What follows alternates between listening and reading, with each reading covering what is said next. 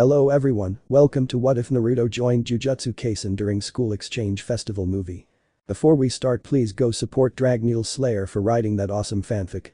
This is the translated version I made. There will be some mistaken character's gender, but of course Naruto is a male. Every year, the Sister Schools Exchange Festival is held at one of Japan's two jujutsu schools, Kyoto and Tokyo, with the latter being this year's host. A year in which sorcerers have become more prominent, curses have shown a growth unbecoming of their true selves, and the Curse King has been resurrected partially. After almost a year away, now a second-year student at his godfather's request, Uzumaki Naruto returns to join the Tokyo team during the festival guided by other goals. And everything is about to spiral out of control. The world is about to be turned upside down. Chapter 1. But the sun at its zenith, the city that never sleeps, revealed a new face to all its inhabitants and visitors. Enormous skyscrapers completely defied any law of gravity, slicing and dicing through the sky like heretical objects to any believer in the extinct gods of the sky. They reflected the sun's rays off the glass-clad buildings, providing breathtaking views and reflections at sunset, which ordinary residents often missed when the artificial lights of the establishments replaced the sunlight. On the contrary, visitors to the city took every possible photograph they could, taking it as another souvenir to show their loved ones once they returned from that city and that country, becoming, in a way, the envy of their peers for a time. New York, one of the most important cities in the world, was also one of the cities with the highest concentration of people per square meter, adding together the regular inhabitants and the casual visitors who did not stay there for too long and who, after finishing their casual stay, would leave either to never return or to do so the following year on another fleeting visit that they would enjoy as much as the first one they made, trying, in some way, to remember those moments of their first time in a foreign country and in a city that even enjoyed the same night, accepting the embrace of the darkness and the kiss of the moon. In a world where the paranormal was the order of the day, always hidden behind a screen, this huge number of people per square meter caused a problem that others had to solve without it getting too far. These problem solvers were known as shamans or sorcerers, people with a partial or total connection to the supernatural world and the curses that were unleashed on the world by the negative thoughts and feelings of humans, creating an invisible chaos that, in one way or another, would end up affecting the lives of other people. To do this, the sorcerers had to exorcise these curses without them, causing a problem greater than a simple scare or mild discomfort to some human in the earthly world. This, of course, was hard work that not many people could undertake, constantly risking their lives while trying to keep others safe, being certainly altruistic. Shit. The young man fell to his feet, feeling a chill run through his body from head to toe. His black hair disheveled, the boy swung his sword in an attempt to intimidate the enemy right in front of him.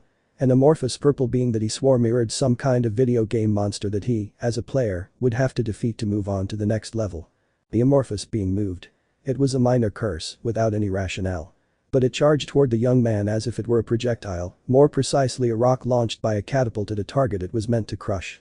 The boy flexed his leg slightly, putting more of his weight on his right leg. He was preparing to jump and evade the attack against him.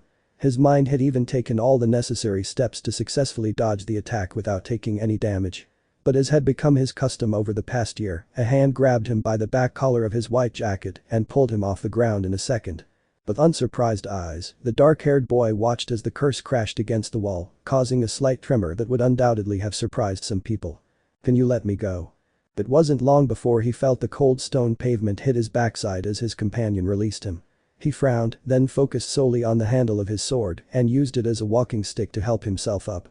It clearly hadn't hurt him, but being pulled out of the fight had bothered him greatly. No need to shout, the blonde-haired boy put his finger in his ear and looked at his companion for a few seconds before turning to look at the curse they were hunting at that time. "Lower class, I suppose. I could handle her." "I know," the blonde shrugged and tapped his left ear, wincing at the light gesture he gave himself. "I just wanted to make sure you were okay, Yuta. I don't want to carry your death on my conscience, thank you." The Katsu Yuta snorted at those words.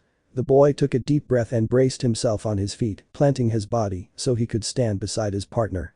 As a student of Jujutsu, Yuta was selected to be a field sorcerer, hunting down curses before they could wreak havoc in the real world. Formerly a special grade sorcerer, the boy was forced to leave Japan so he could retrain as a sorcerer and grow alongside his training partner, a sorcerer like himself with very similar powers. "I'm not easy to kill," Yuta recalled with those 5 words his confrontation with Jito. That man had come for him. He hunted him and his companion Rika, solely out of a selfish desire that nearly brought about the end of the age of sorcerers. "You know that very well, Naruto." Uzumaki Naruto didn't respond to those words, focusing only on the erratic movements of the curse. The boy had messy golden hair, with thick strands falling over his forehead, slightly obscuring blue eyes that seemed to want to see everything, if not everything. In a way, Yuta felt those eyes were like Gojo Satoru's crystalline eyes, as if they could see the same infinity that separated them. Naruto awoke from that trance, shooting his arms skyward. The lollipop in his mouth moved slightly, creating a soft sucking sound that didn't surprise his companion. Yuta had grown accustomed to the Uzumaki sweet tooth since they arrived in the United States, having to watch the blonde eat tons of caramelized candy that seemed to get lost in that trained body. Death is something that will come to all of us. Naruto crossed the index and middle fingers of his left hand. Behind him, a dark mist began to form as the curse turned toward them, its lifeless eyes fixed on both sorcerers. What are you going to? I'm going to cut through him. Naruto opened his eyes and exhaled a breath. The curse launched itself towards the two teenagers, opening its mouth wide with the intention of devouring one of those two humans. A grotesque sound reached Naruto and Yuta's ears as a crimson chain passed through the curse from one side to the other, passing through the oral cavity of the amorphous being. Today is my last day. Gojo-sensei has given me a summons. Something about a festival between Kyoto and Tokyo was what I understood from his hasty words. You know him. He talks too much when he really wants to. Yuta looked at the curse. Slowly, it was fading away before his eyes. Both casters watched this, watching as it slowly disappeared. Naruto's eyes never left the dwindling figure of the curse, and Yuta's never left that image. They had both seen so many curses fade away that they felt absolutely nothing now. It wasn't as if they could feel anything for something that hadn't existed in the first place. Are you going to see her? Tsumiki. Her pale face appeared in his mind after Akatsu's simple question, reminding him of the promise he'd made when he saw her bedridden, in a coma he couldn't wish on anyone, not even Jito. According to Megumi, he is still in the central hospital. Every so often, just as he contacted Gojo Satoru, he also contacted Fushiguro Megumi himself, the younger brother of the girl he loved and who was now in a coma due to a curse. One that Jito himself had released after their last confrontation in the war a year ago. Since leaving Japan with Yuta, his mission was none other than to find a cure for Tsumiki. One he longed to give her, but couldn't find anywhere in the world he set foot in with the boy at his side. Now, a year later, he returned to Japan completely empty-handed and with nothing with which to wake his friend. After all, they never defined that relationship, even though Satoru pointed out that they seemed more like a couple than just friends. I'll still be staying in the States. Yuta looked away and sheathed his sword. I still have things to do. I need to continue training as a sorcerer. Twisting his lips, the Uzumaki glanced out of the corner of his eye at Rika's bear. Could it be that you don't want to see Maki? She's probably been waiting for you for a year. With that question, he pointed out the obvious lack of vision in two of his classmates. One was Yuta, and the other was the Zenin girl named Maki, the current second-year student and a specialist in the use of cursed weapons. That will break her heart a lot. Don't play with that, Yuta hissed through gritted teeth.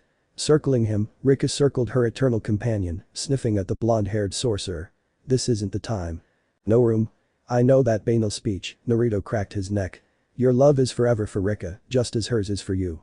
You gave your word, your promise and oath. It's really annoying and tiring, but it's impossible to break now. Both the curse and you are bound to each other, and I highly doubt anyone could separate you.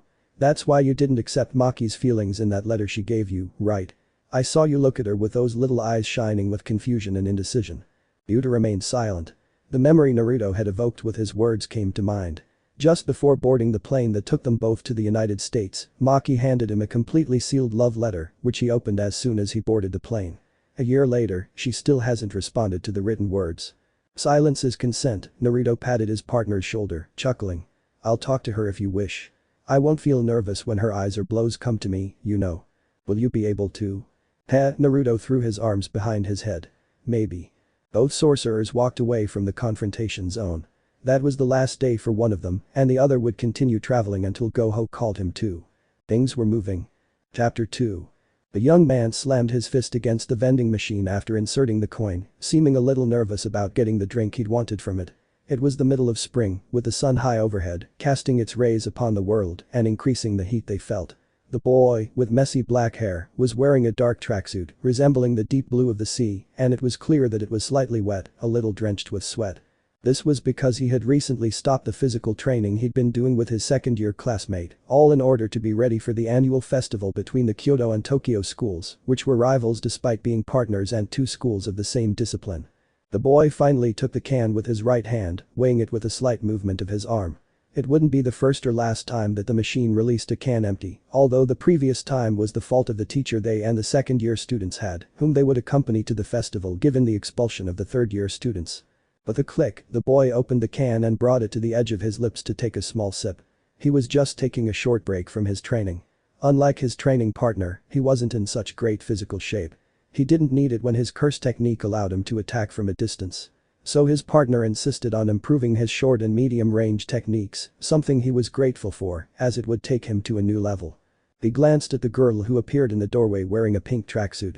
He never expected her to wear a pink tracksuit, but it wasn't something that completely threw him off his thoughts about his classmate.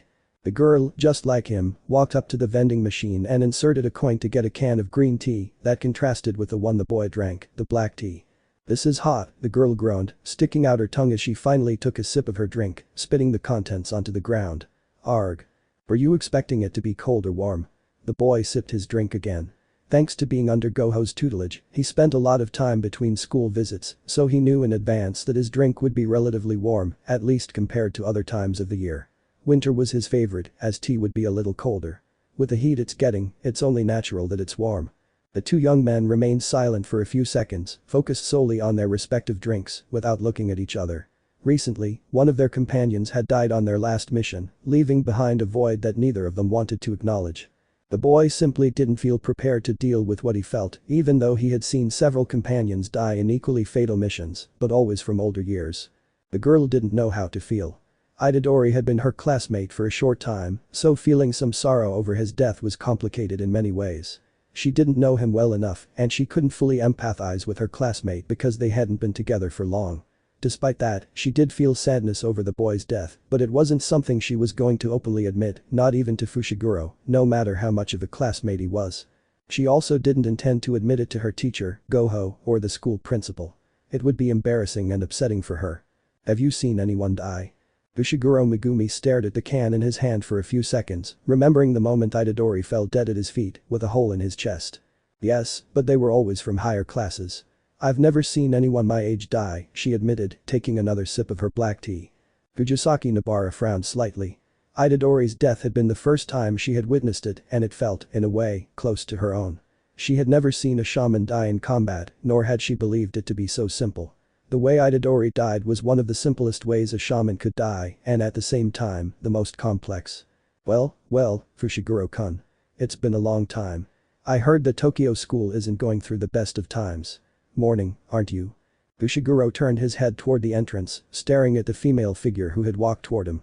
For a second, he thought of Maki, his second-year classmate.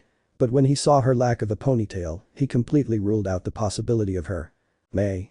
It was only a small whisper, but Zenonmai smiled as the simple word that formed her name reached her ears from the lips of her fellow shaman. "We came for the festival. Are you going to participate? I guess someone needs to teach you guys a lesson." Fushiguro threw the can to the ground and stepped away from the vending machine. Last time it was Akatsuki. But this time, he isn't. Reacting to his reflexes, Fushiguro raised both arms in front of his face at the same time. Nobara's eyes widened. Her orange-brown hair stirred as the presence of a fourth shaman appeared before them. Nobara managed to evade the grab, but Fushiguro was thrown backward until he crashed into a tower several meters away from the area they were standing in. The girl tried to turn and go to her companion's aid. But in a split second, Mai was pinning her to the ground, her arm twisted behind her back. "Let me go, bitch." "Oh, come on. I want to see what you do." Fushiguro leaped onto the roof of the house, watching as his opponent moved toward him like a moving gorilla. It didn't take him long to figure out who it was. Todo Aoi swung her arm again to connect with a sweep at the shadow shaman. Fushiguro tried to evade it, but his body wasn't as swift or powerful as his fellow shamans. Everyone in the community knew of Todu's first-grade status and the skill he had demonstrated during last year's incident. Fushiguro jumped back, and Todo did the same, taking a step back. They both stared at what had fallen between them, raising a dense cloud of dust and splinters. "You two have already started and we're not even at the festival yet." Panda. Tokyo's second-year student Panda made an appearance when he spoke in his light neutral voice, like that of a cute panda plush, which he was just that. Hey. Todo smiled slyly. "It's no good interfering in someone else's fights, Panda." Panda looked at the student from Kyoto. As Maki had told him and Inumaki, the Kyoto students had gone straight to a confrontation with the first-year students, probably looking to size them up. "Megumi," Panda fist bumped. "Nobara is being escorted by Maki." To calm Todo down, it'll have to be the three of us. Todo smiled at that statement. Fushiguro frowned. And aside. Inumaki, who appeared seconds later, slightly lowered the scarf covering his mouth. Little one, little one. The fifth voice halted any movement the students might have made. Todo, being the oldest, looked up at the source of the voice, followed shortly after by the rest of the students. Sitting with his legs dangling, a young man with golden hair watched the students from Tokyo and the visitor from Kyoto. Unlike his classmates, this young man wasn't wearing the usual jujutsu uniform, but instead consisted of a simple black sleeveless t-shirt, loose black pants, and what appeared to be black tai-kai shoes, with no socks in sight. This young man looked at the students with his blue eyes and soon afterward flashed a cheeky smile. Very slowly, he removed the lollipop from his lips. I didn't expect this welcome. Todo opened his eyes. He felt a toothpick graze his cheek and soon after, blood began to flow from the small cut made by a simple toothpick that had belonged to a lollipop. Yupa. The young man fell to the ground, standing between the Kyoto student and the Tokyo students, appearing completely calm. A ponytail of golden hair swung with the student's movement. We could calm things down a bit, don't you think? The first-degree shaman's blue eye connected with his dark one. Or if you prefer, we can destroy this in a short encounter. Whatever you prefer, kid. There was a huge difference in size and muscularity, placing Todo from Kyoto as the winner at first glance. However, the unknown seemed unafraid of the Kyoto star's imposing figure, taking a step to reaffirm his own position. I thought you weren't coming. Inumaki pulled his scarf up over his mouth as Panda spoke. When did you get on the plane? A couple of days ago, I think. I got here about 2 days ago. Panda laughed lightly at that statement, sighing at the end. Yes, that's like you, Naruto-san.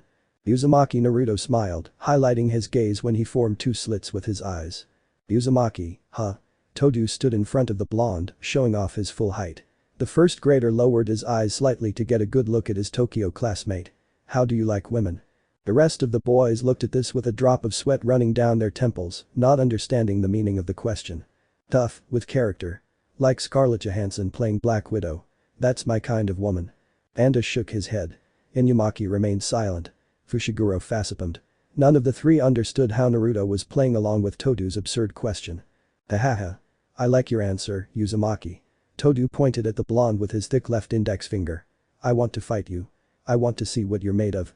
Naruto smiled. He shoved his hands in the pockets of his baggy pants and looked directly into Todo's scarred face. I'm gonna kick your ass, man. Chapter 3. The wind stirred the hair of the two combatants and the three spectators who were waiting for the confrontation to begin, the fight that would decide which of the two was right and which was completely wrong. They weren't fighting for an ideal, to destroy a curse, or to save a person. The two sorcerers stood opposite each other as representatives of their institution. In a few days, the sister school's exchange festival was going to take place, pitting the students of Kyoto against those of Tokyo. Because of this, the Kyoto students wanted to make an evaluation of their opponents from the other school. Maki's twin sister confronted Nobara in the vending machine area, nearly shooting the teenager's head off. Separating Fushiguro from his companion, Todo Aoi took the shadow sorcerer to another area to confront him, to see how prepared he was for a fight as a first year. They were conducting an assessment of their opponents through a direct combat approved by the Kyoto principal, something the second-year students from Tokyo stopped when they realized what could happen. At the sister school's exchange festival, first-year student participation was completely scarce, almost non-existent. Due to the expulsion of all third-year students from Tokyo, the school's faculty was forced to assign the first-year students, the two survivors, to participate in the festival and competition, forcing the second-year students to coach their classmates so they could put on a good show for those watching. Because of the strange exception, the Kyoto students had wanted to study the Tokyo first years to see what they could do through a direct confrontation. A confrontation that was stopped by the second-year students in both cases, resulting in a strange outcome with the third-year student Todo Aoi, who was now standing a few feet away from his opponent, another student who was to be evaluated. Todo knew the story the adults told about the first-year boy who eliminated the curses during the incident the previous year. Using his territorial expansion, the boy eliminated them all in a single blink, without causing any more casualties among his own classmates, something the third year wanted to confirm before the festival arrived. They had had enough with Akatsuki's appearance the previous year. Yuta wiped the floor with them, and that was something Todo didn't want to suffer again. He preferred to size up strangers. Let's see what you're made of, Uzumaki. Dust rose as Todo launched himself at Naruto. He was a rather burly boy, tall and with dimensions that doubled the body of Satoru's godson, something both he and the spectators could see when looking at each of the combatants. Sate Naruto jumped at the exact moment Todo fell towards him, letting the third year from Kyoto destroy the ground with his knee. That's slightly dangerous. The ground had shattered from the impact of Todo's knee, sending fragments flying in different directions and forcing the audience to move away, jumping onto the roof of the nearby building. Uzumaki. The ground cracked again. Naruto's eyes widened slightly. Todo recovered from the impact in a second and was flying straight at him the next, charging his fist to deliver a jab straight at him. They both collided their forearms, generating a wind that stirred the hair of the two fighting sorcerers. Could you not scream? Twisting his body, his waist, Naruto placed his leg over his opponent's face. You're going to make me a little deaf. He launched the crescent kick. Overcoming Todo Aoi's almost instantaneous reaction, Naruto slammed the instep of his right foot directly into his face, sending the sorcerer crashing to the ground, right into the same crater the third-year boy had created on his own. NGH. Sorcerers often relied on their curse techniques. Those who mastered a non-offensive technique focused all their attention on their body, on its purely physical appearance, and could develop strength beyond that displayed by their schoolmates. Or, in some cases, they had that strength from birth, like a kind of curse on their bodies. Todo generated such tremendous strength due to his curse technique. Boogie Woogie technique, one of his abilities that allowed him to switch positions with various objects and people with cursed energy. Although the technique was both offensive and defensive, Todo had to focus his attention on his physical power to defeat his opponents, just like Maki, and that's why he was surprised when his opponent hit him like he was nothing, in midair. The blonde's feet touched the ground. He had his hands in his pants pockets and was staring at the fallen Todo Aoi. The third-year sorcerer from Kyoto was getting back to his feet. His mouth tasted like the rusty taste of blood. That was entertaining, Naruto blinked. Spitting to the side, Todo cracked his knuckles. My brother. The clap. A simple clap stopped everything for a few seconds. The birds, the spectators. Everyone stood completely still, waiting for an outcome. Applause. Instincts flared in the sorcerer's head. Naruto spun around, leaving the newly appeared panda on his back and raised his arm, blocking his opponent's knee. Using the environment is something a wizard should do. Another round of applause. Todo was no longer attacking Naruto, but now Inumaki was standing in front of the blonde. Footsteps. Todo appeared at the side of the Uzumaki while he was still focused on keeping his companion from falling badly to the ground. Surprise. He drew his arm back. He twisted his torso slightly to move it in that direction. Todo Aoi launched a jab straight at Naruto's ribs. A crunch accompanied the blow, and the young man spat blood directly onto the ground, gasping from the monstrous force behind his opponent's movement. I don't normally use my technique. But I'll make an exception for the legendary first-year sorcerer. He spread his arms, bent his knees, and smiled arrogantly. I'm going to take a victory here, brother. Naruto took a deep breath. His mind was racing, every neuron in his brain trying to understand Todo's technique before he used it against him again, and he came to an all-too-accurate understanding. Todo Aoi's curse technique allowed her to switch places with anyone with cursed energy, though that remained to be confirmed. Considering what he could gain from that confrontation, Naruto linked its use to the sorcerers present. They all had cursed energy, and Todo had switched places with them. But not just with people. If we had cursed objects, I'd switch places with them with ease. I switch places with things that contain cursed energy. Deciphering the technique and its usefulness was the first step. The second was figuring out how Todo was using it, what activated it. Every time the older sorcerer used or wanted to use the technique, he clapped his hands for it to take effect. Was it that simple? Would a clap make him change positions? Naruto doubted it would be that simple, that it would be that simple. A distraction. The technique may activate like this, but it doesn't necessarily activate it. He's probably using the applause to confuse my mind, to obstruct my ability to react. Trusting my instincts and understanding of cursed energy is absolutely vital. But I'm sorry to say Todo isn't on my level. Naruto spat on the ground again. He removed the hand that was on his abdomen, revealing the strong blow that had sunk into his ribs and caused several of them to break. You have tremendous strength. Naruto admitted, earning a smile from Todo. But despite breaking a couple of my ribs, you've surprised me with your technique and seem to be at a good level. I'm sorry to tell you that you are currently at my mercy. I have come to understand your curse technique, how you use it and how it is performed. Once I come to understand a technique, no one can use it against me again, because I. Naruto clapped. Panda, who had previously been behind him, now stood in front of Todo. You can do whatever you want, however you want, whenever you want. The leg sank into the back of the third year from Kyoto. Todo Aoi was launched toward Inumaki. Spinning in the air, the boy regained his balance and stood upright, leaning slightly forward, feeling the burning pain on his back from the surprise blow. I see what your technique is. A copy or imitation technique. You could say so. But my technique goes beyond merely copying or imitating a technique, Todo-kun. The cursed energy began to condense, enveloping Naruto's body like a complete cloak. And it is that understanding that makes me superior to you. I only wanted to understand who the boy who killed 6 curses was. Todo opened his eyes. Dark energy shot toward him, engulfing him in an explosion that sent him reeling, covered in minor burns and his clothes slightly charred. Small wisps of smoke emerged from various parts of Todo Aoi's body. This is my complete defeat, isn't it, brother? The difference between Todo and Naruto had been marked the previous year during the night parade of the 100 Demons. While Todo defeated 6 curses, 5 of them first grade and 1 special grade, Naruto defeated an army of them only with his territorial expansion, a complex sorcerer technique that not many managed to unlock, but that nevertheless a first-year boy was able to use without complications to eliminate an entire army of curses. After that point a year ago, Naruto grew exponentially upwards, and his understanding of his family and curse technique increased, gaining the knowledge necessary to use his own power in a better way, as he had done when fighting directly against Todo, being a reflection of his training. From the first moment I stepped foot in this conflict zone, Todo, I knew our levels were opposite. Naruto placed his hand on the back of his neck. Although I'm not saying you're weak, only Yuta could fight me. At those words, Todo laughed out loud. Chapter 4.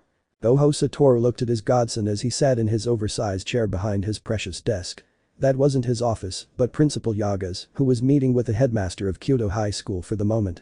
Being the man he was, he took the office for the brief reunion with his godson after almost a year away. Naruto, like Yuta, had kept in touch with him through letters, always keeping contact to a minimum so as not to be directly linked to him.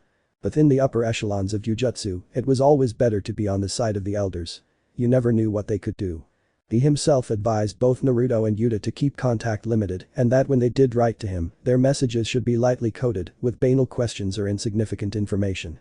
Since the event a year ago, the community had become slightly nervous, making movements and seeking loyalties among its own, as well as the movement of the 3 clans. Of course, he refused anything that involved the elders' participation.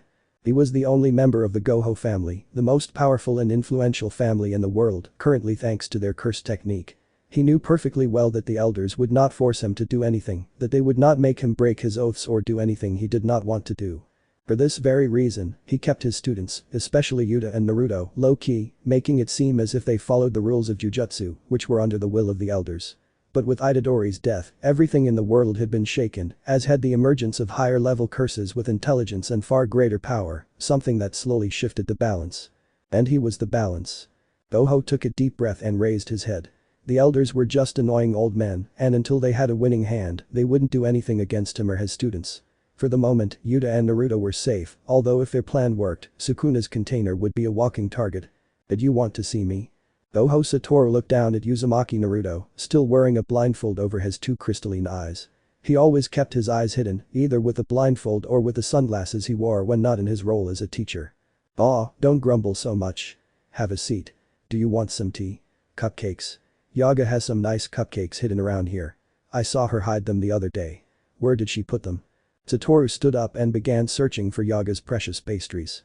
His godson stood at the entrance for a few more seconds, watching as his godfather hadn't changed at all. But that was Gojo Satoru, and he couldn't be changed. Why don't you look behind the books? Naruto sat down at the desk. He crossed his right leg over his left and pointed toward the small bookshelf in that room. I'm sure Yaga hid them behind those boring books. Satoru blinked for a few seconds, then followed Naruto's recommendation. He took a few strides until he stood in front of the bookshelf and began rummaging through it. You've grown a few inches. Even your body has changed, the professor noted as he removed a book. Of course it was going to change. During his year in the United States, he dedicated all that time to perfecting his martial arts, taking a few extra classes to hone some of his moves. Mei helped him enter the world of Jujutsu, but it was up to him to perfect himself to stay in that world, and improving his physical abilities was a very strong point for that.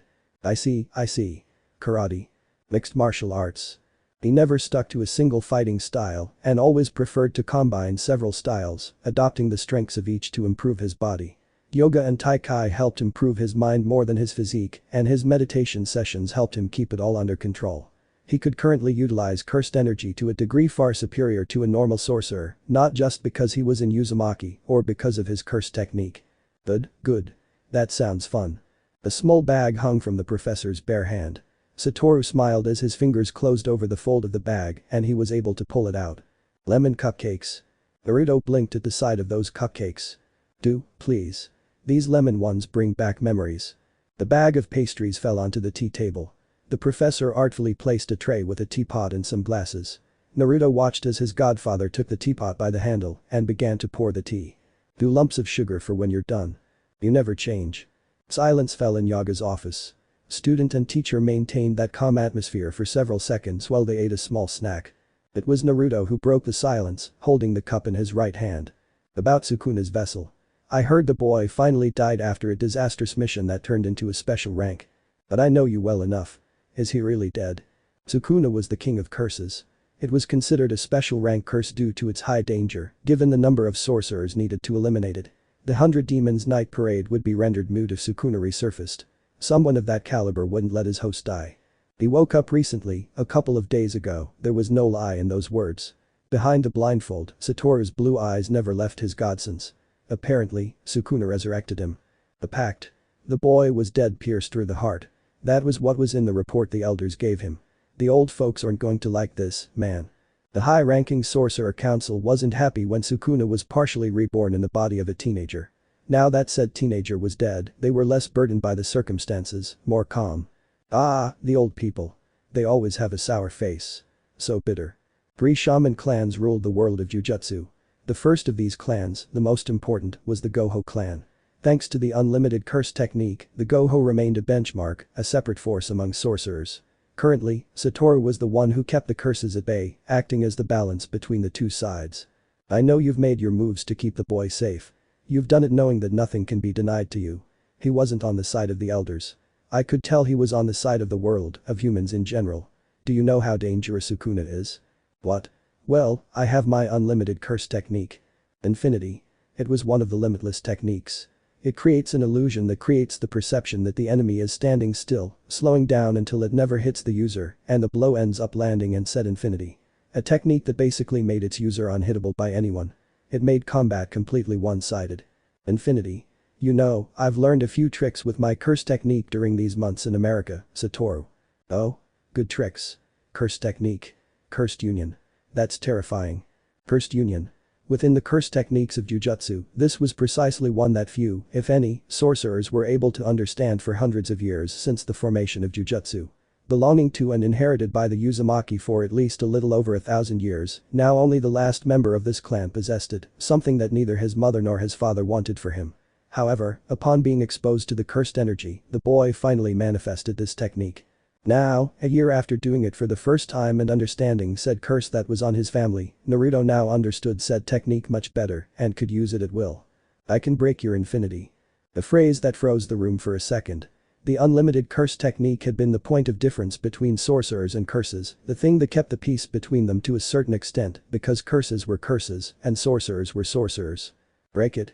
The professor's face peered over his now empty cup. The man placed said cup on the tray. Casually, he crossed his right leg over his left. What does breaking infinity mean to you, Naruto? Since the birth of the Gojo clan, no one has been able to break the infinity of the unlimited curse technique. No one.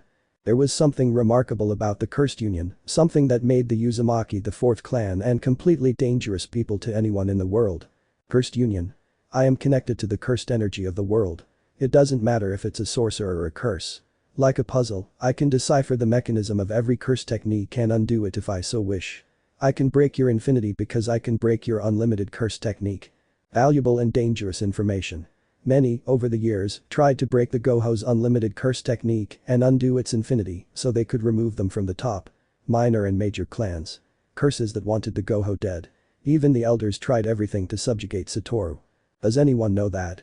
Only you. That opened another corner of the war against the former sorcerer. If Jito knew about the cursed union technique, he would have tried to win over the last Uzumaki in the world. However, it was out of the question. No one knew about the technique.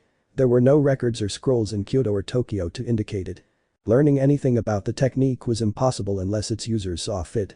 And Saturo was grateful to learn about his godson's technique. Will you tell the council? The young man looked at the older man. For years, Saturo carried out various actions that didn't make the members of the Jujutsu High Command too happy. It was something that was shouted out loud. At the first opportunity the elders could get rid of the last of the Gohos, they would do so without considering the consequences of such a selfish act, something only those clinging to power would do. A sigh escaped the boy's lips. No, Naruto shook his head. I decided to use that trivial conversation to position himself on one of the two current Jujutsu factions in Japan. For everyone else, I possess some sort of manifestation of cursed energy. It's something I'll maintain until the right time.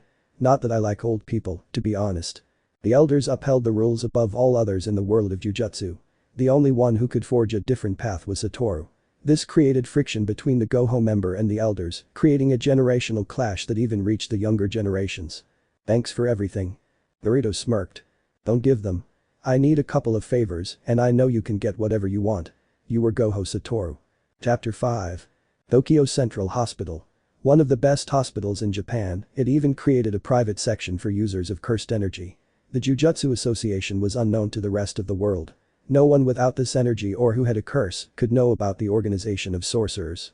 However, even if the country's leader didn't possess this gift, he was aware of its existence. It was the duty of every leader to protect their people, and that tied the position of president to the existence of the association, something that was kept secret and within a small circle of people. The sorcerers were treated like Japan's men in black. They would arrive at the scene of the incident, visualize the threat, and take control of the situation, often even commanding ordinary government employees who would observe 15-year-old boys being placed on them. Because of this and their work throughout the sorcerers' existence, from their formation, the country's leaders took note of the injuries these sorcerers could sustain during their confrontations, which could lead to certain death. Many of the injuries consisted only of broken bones or torn muscles, perhaps cut skin. Other injuries were linked to the sorcerers' curses, to their powers. This being the case, these sorcerers were sometimes confined to their homes or to special rooms in hospitals designated for sorcerers, separated from schools. If an attack reached either of the two schools of Jujutsu, the injured would be the first to die.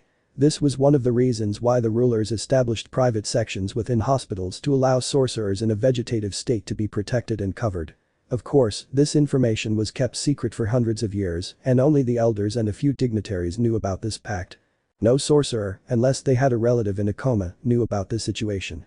The heads of the three clans were a different case, so Saturo knew of this pact, information he shared with his godson when Tsumiki fell into that coma due to the confrontation with Jito. She's been like this for a year since the confrontation with that bastard. The night parade of 100 demons. A year ago, a former sorcerer from the Tokyo school, a special grade ranked, declared war on the world of Jujutsu. He launched a joint attack on the Tokyo and Kyoto schools, forcing the sorcerers to fight against his curses.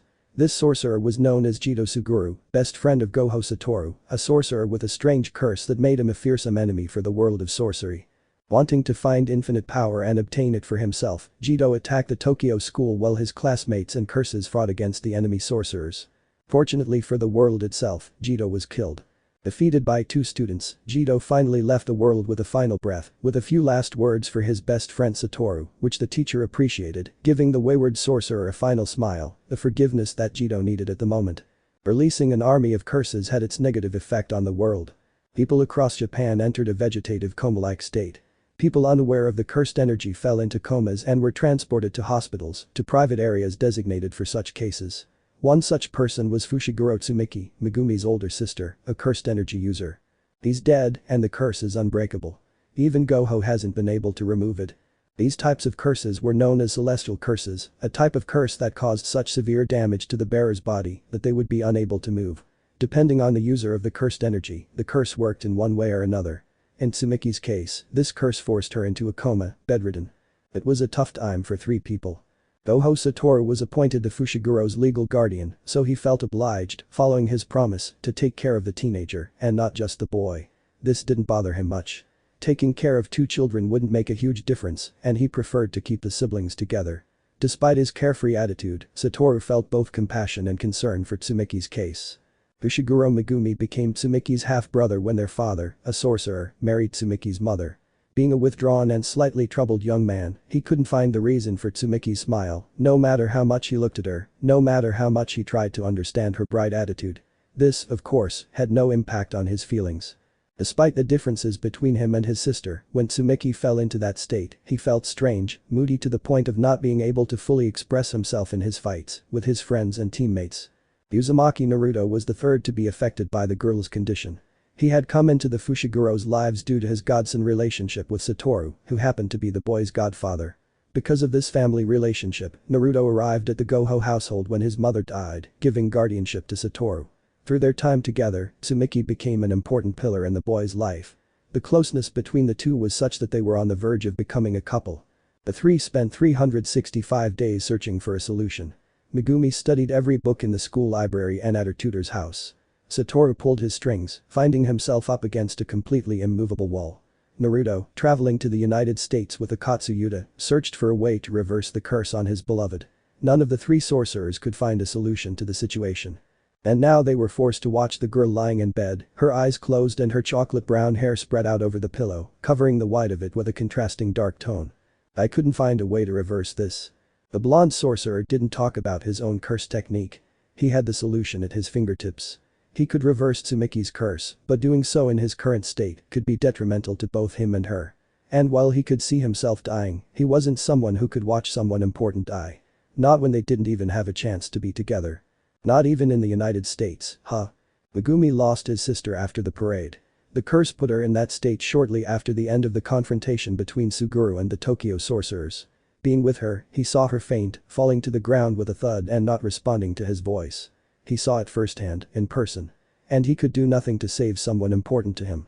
Recently, after a special grade mission, a first-year student lost his life. For the second time, he was unable to do anything for someone close to him. As a sorcerer, he had seen death several times, but it had never reached a junior sorcerer. Probably the first, as far as he knew, had been his teammate. We can only watch, see how he rests peacefully. The Uzumaki looked on the bright side of the situation. Tsumiki was in a constant, eternal sleep, a coma from which she wouldn't emerge until the curse was lifted. In that state, Tsumiki was out of danger.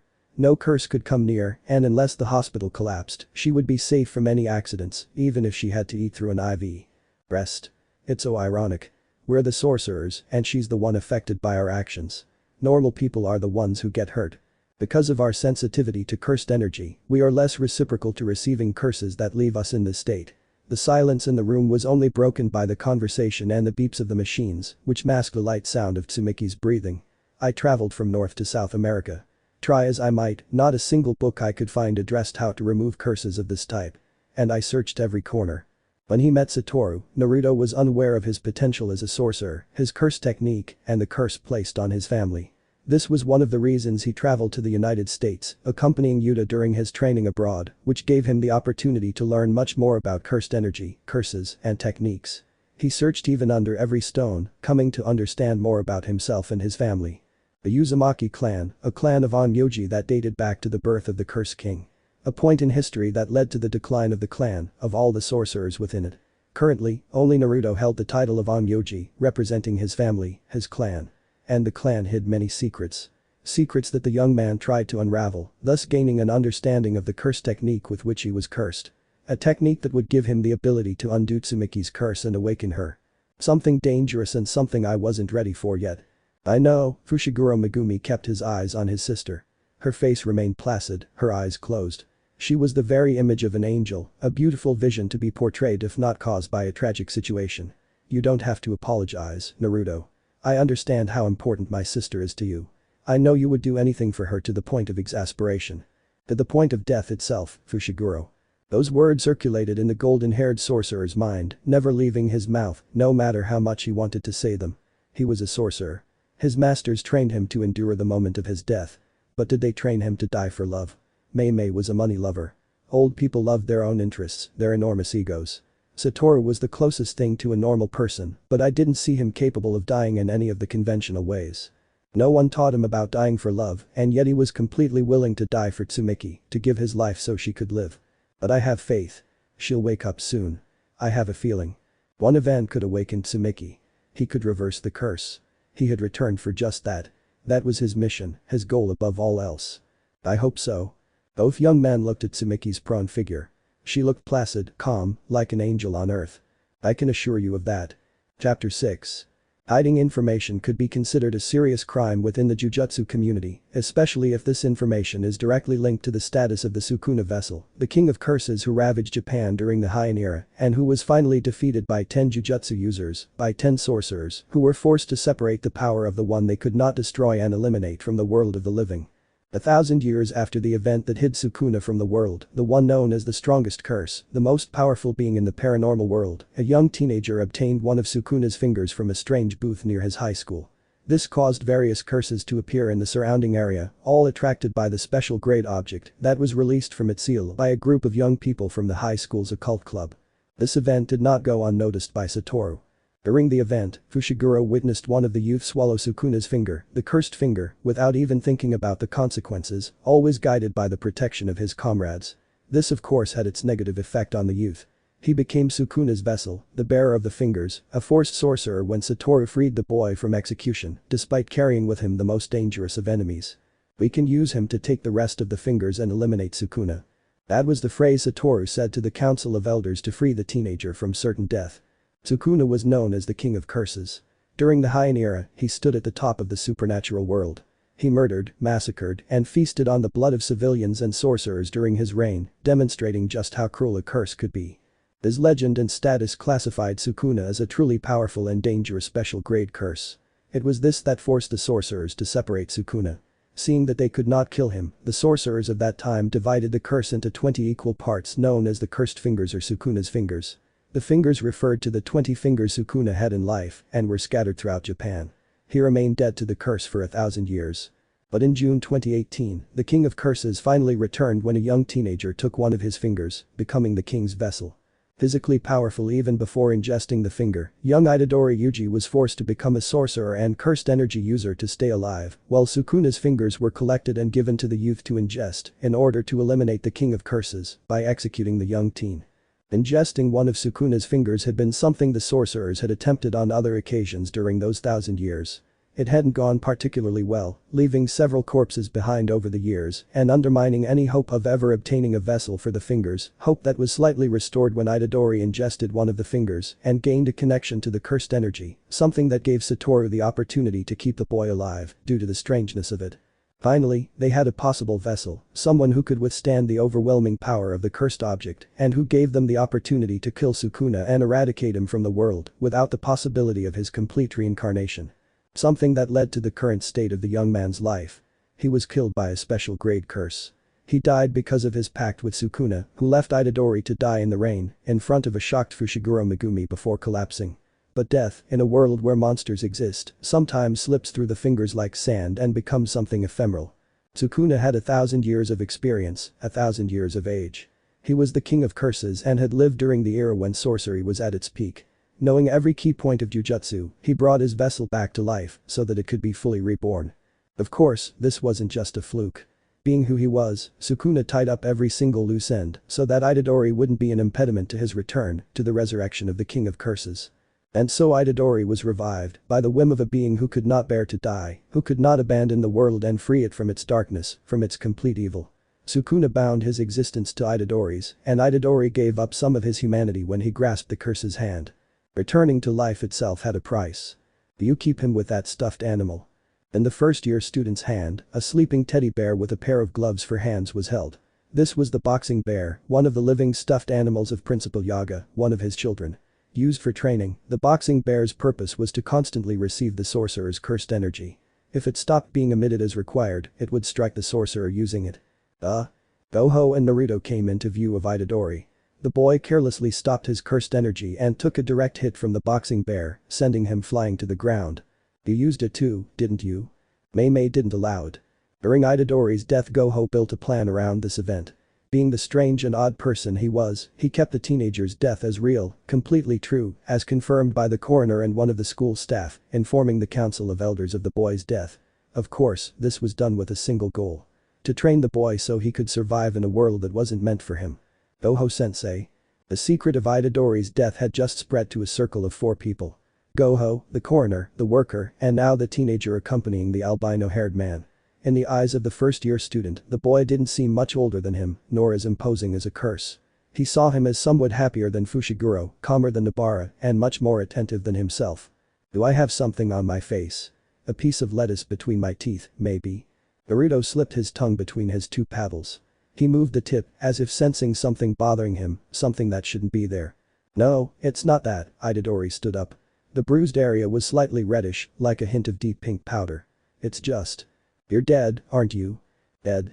That was the word no one had said so far. Not even Gojo mentioned how strange it was to see him revived, rising as if he hadn't suffered a painful death when Sukuna ripped out his own heart with his bare hands, controlling his body after going against the packs. Really? Goy. We're not treating him like a dead person or a zombie. He isn't. He's been examined by Shoko. Sukuna revived him. Those occasions when a curse revived a human body were extremely rare. Curses with such a heightened consciousness were even rarer, like Itadori Yuji's revival. Sukuna was one of those curses. His reviving Itadori wasn't as strange as it might seem. Being the king of curses, the complete opposite of Rika, Sukuna must have possessed a tremendous desire to be reborn after his humiliating defeat at the hands of the sorcerers. Of course, the pride of a king, whether cursed or human, was still present in his every action, as demonstrated by his reviving Itadori, which suggested that he feared dying.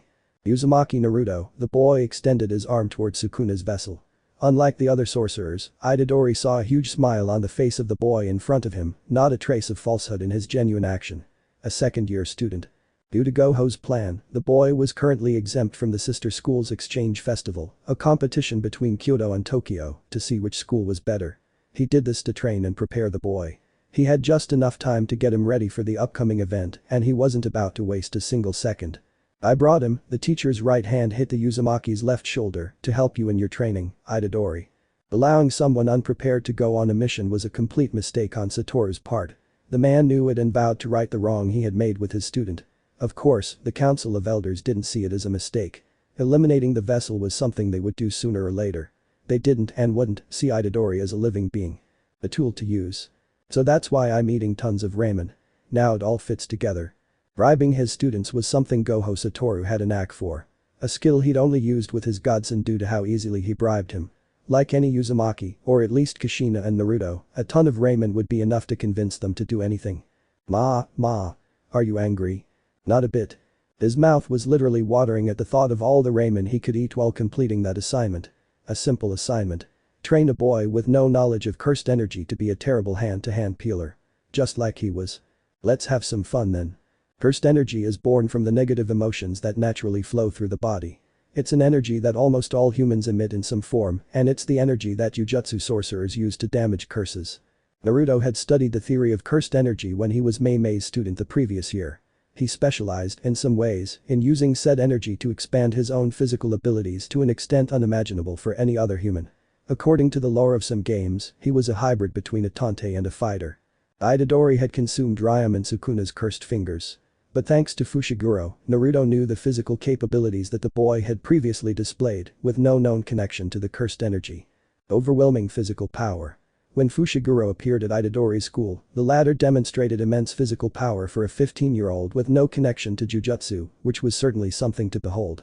You don't need this anymore, Naruto crouched down and picked up the boxer bear and threw it across the room. I'm going to draw the cursed energy out of you using my own energy. Cursed energy only manifests when a Magus performs their cursed technique in combat or training. However, cursed technique. Cursed union is no ordinary combat technique.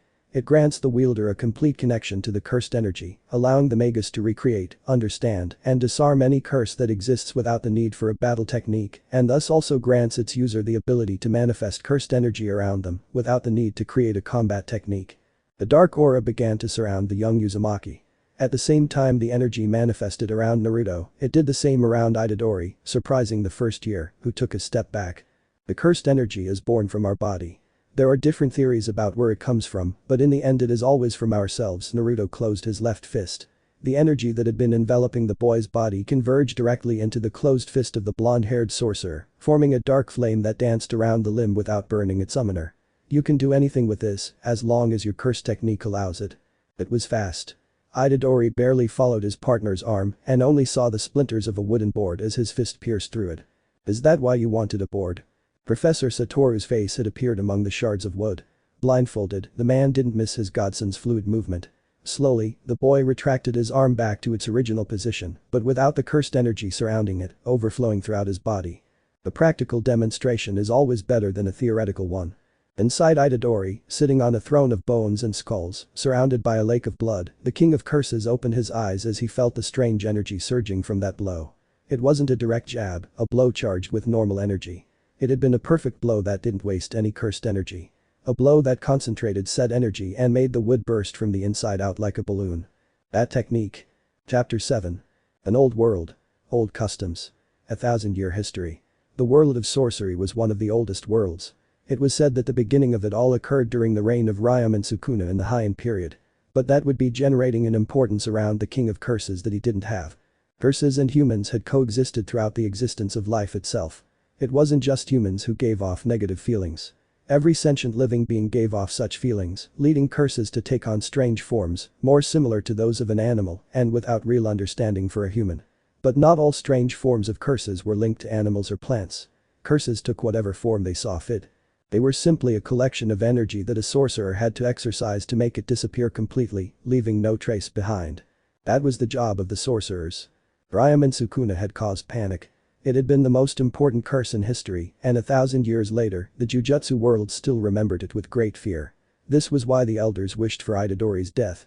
Without one of the fingers, Sukuna would not be revived with his full power, which gave them a chance to defeat him if someone gathered the remaining fingers. Where did curses come from?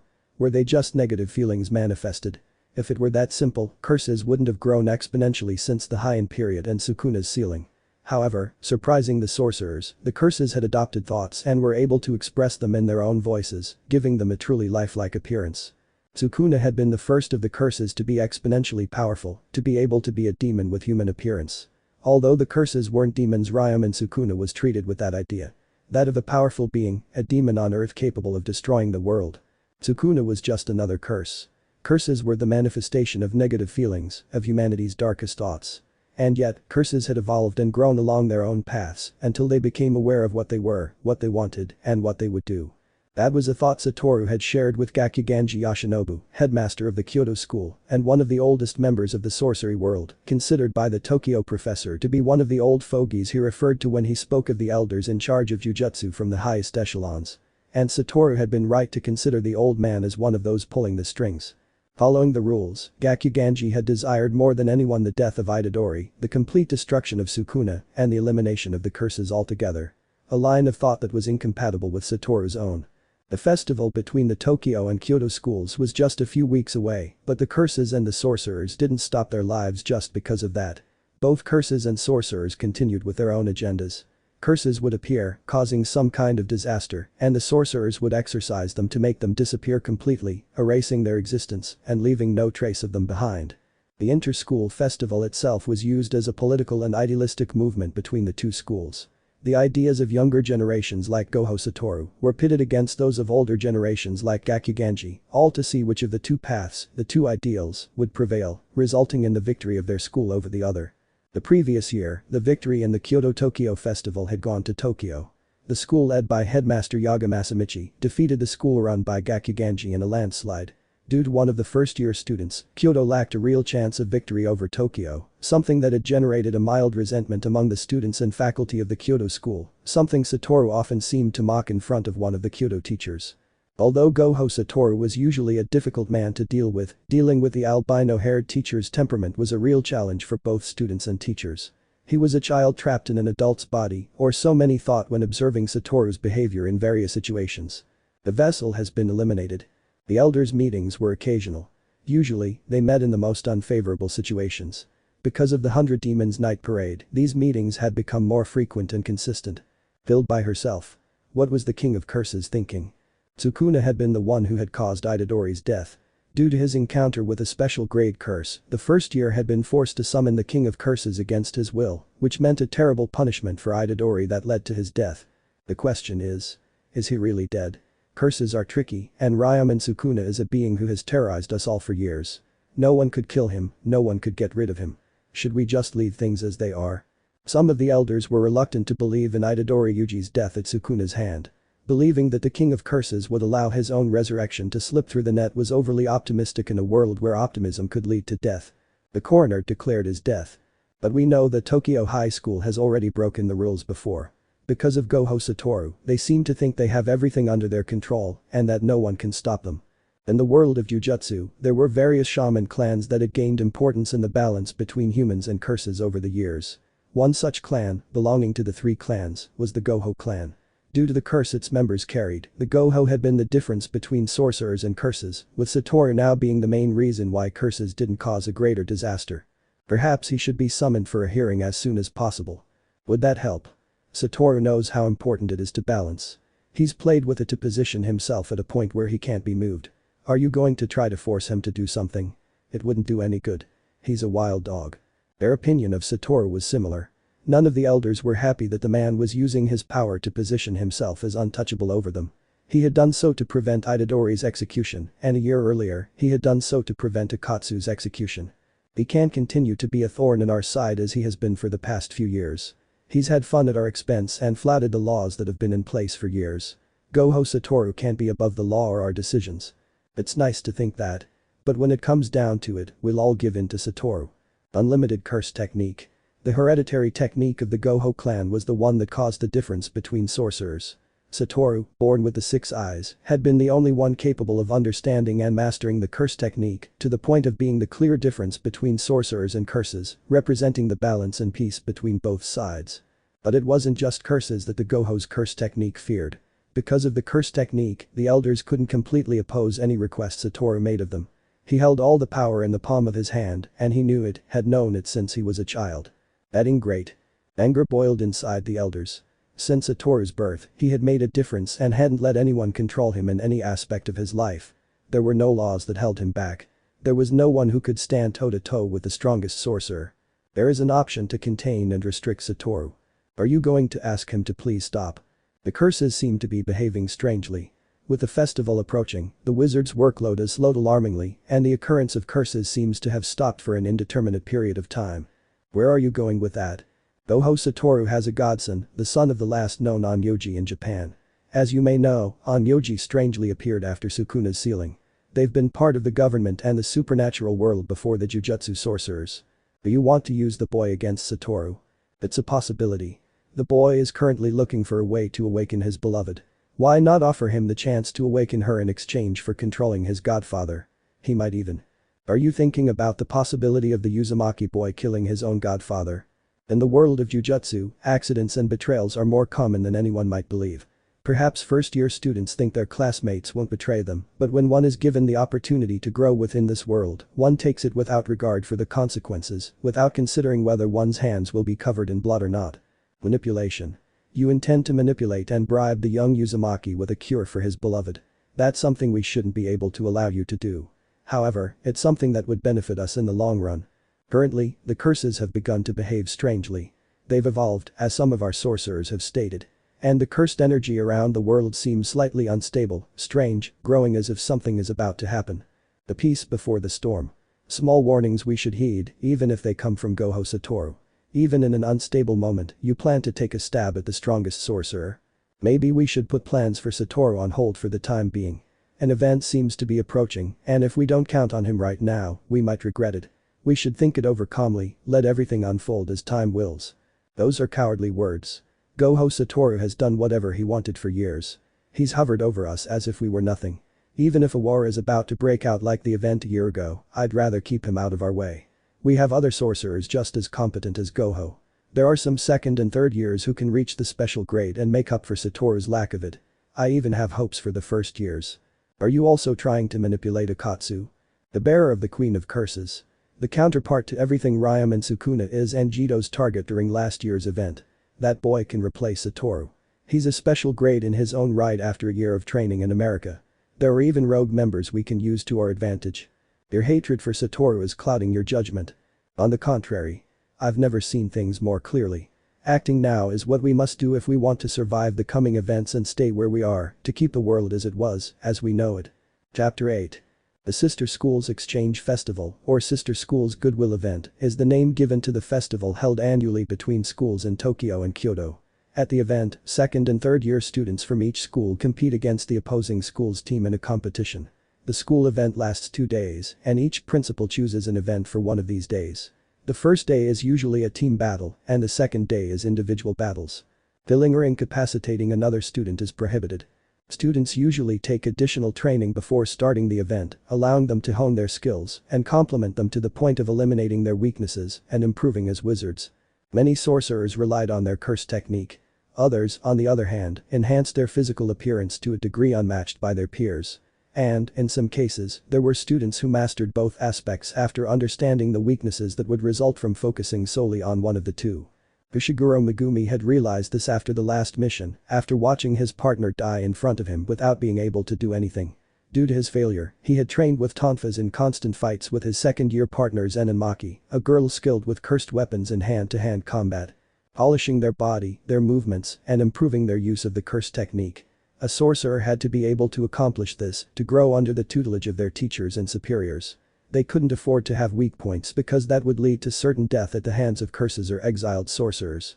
Due to the expulsion of the third-year students due to an incident, Tokyo had turned to the first-year students since they didn't have all the second-year students currently.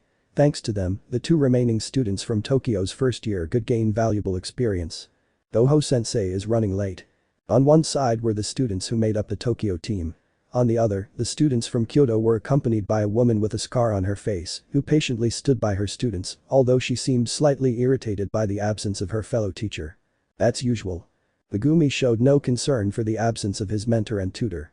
After several years living with the adult, the boy had learned to deal with his lack of punctuality, which was perfect for dealing with his own stress. Do you want some gum? Standing beside a completely calm Madara, Naruto remained absent from any conversation or malicious glances between the Kyoto students and his classmates. The previous year, they had been victorious, and Akatsuki had literally crushed the Kyoto students at the festival.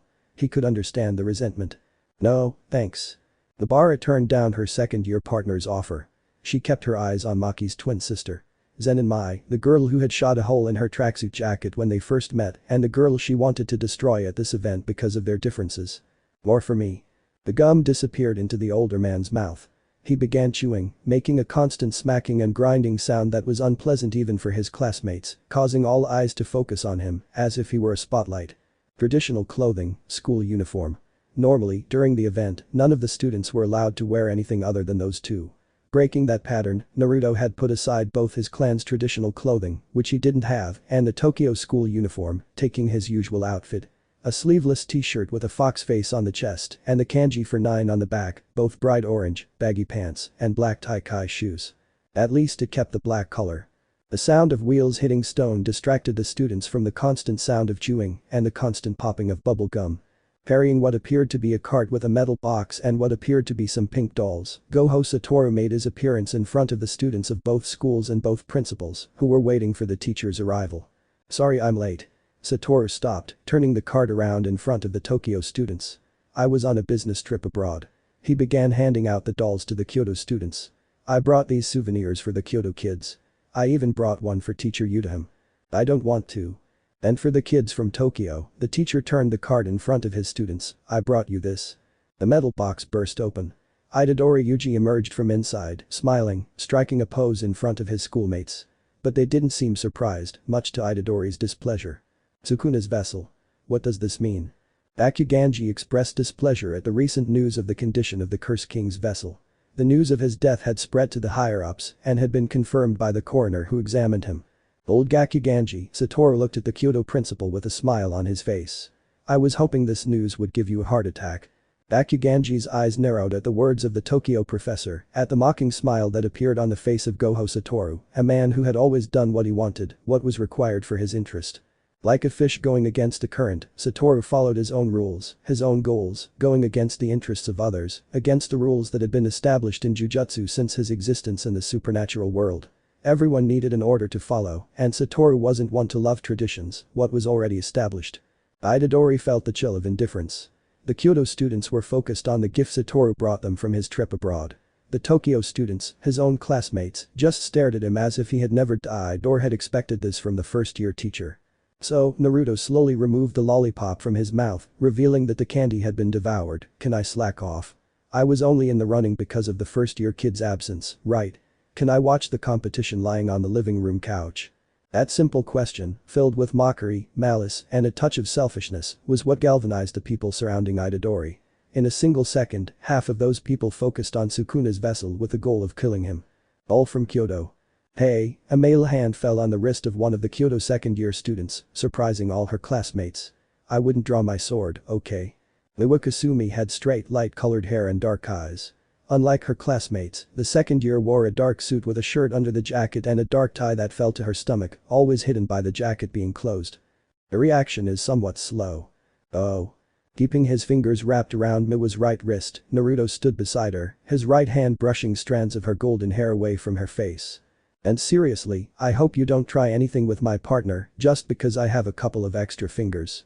Blue eyes focused directly on the figure of the Kyoto school principal. Because I'm really looking for some action.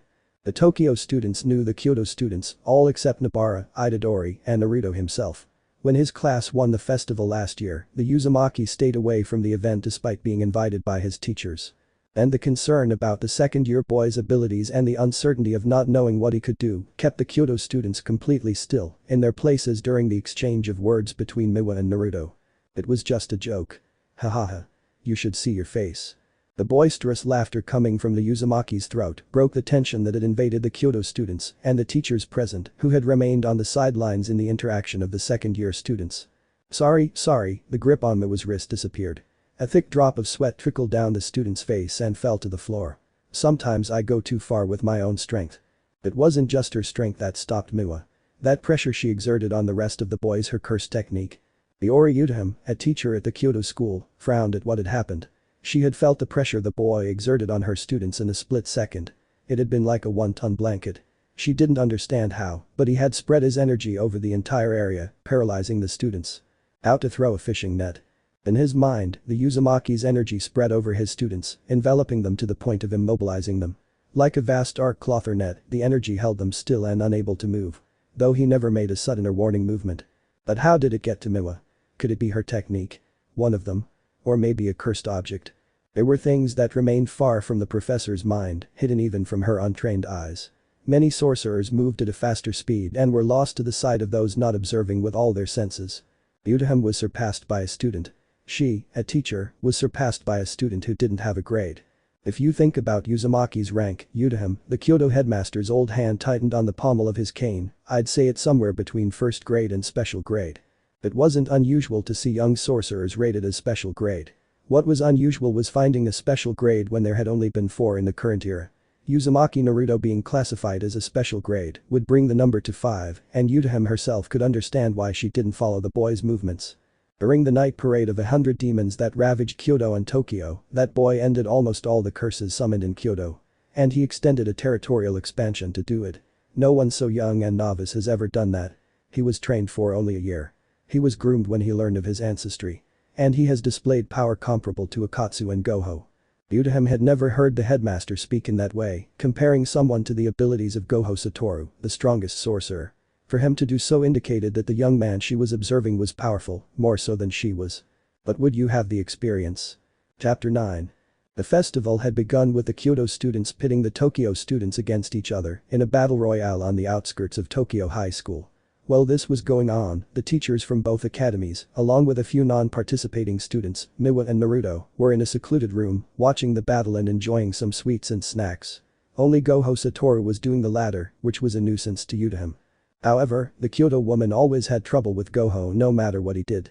Lying on the sofa, stretched out completely, taking up the entire length of the piece, was Naruto. Across his face was a magazine about the most handsome men in the world, provided by a Japanese publisher.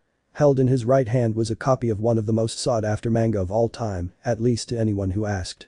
But after all, Naruto was a lover of otaku culture in its entirety. Although he would never, ever dress up as a bright orange ninja like a giant traffic light. How in the hell could that exist, or how could he survive an infiltration mission? The festival participants had left Aoi Todo alone to face Itadori Yuji. According to the footage, the Kyoto boy had requested Sukuna's vessel as his chosen adversary and took it as his enemy at will, forcing the other Kyoto boys to mobilize against the Tokyo boys in search of an even confrontation. It was certainly entertaining if you call watching the teachers drinking tea and one of the students sleeping on the couch with a magazine over his face entertaining.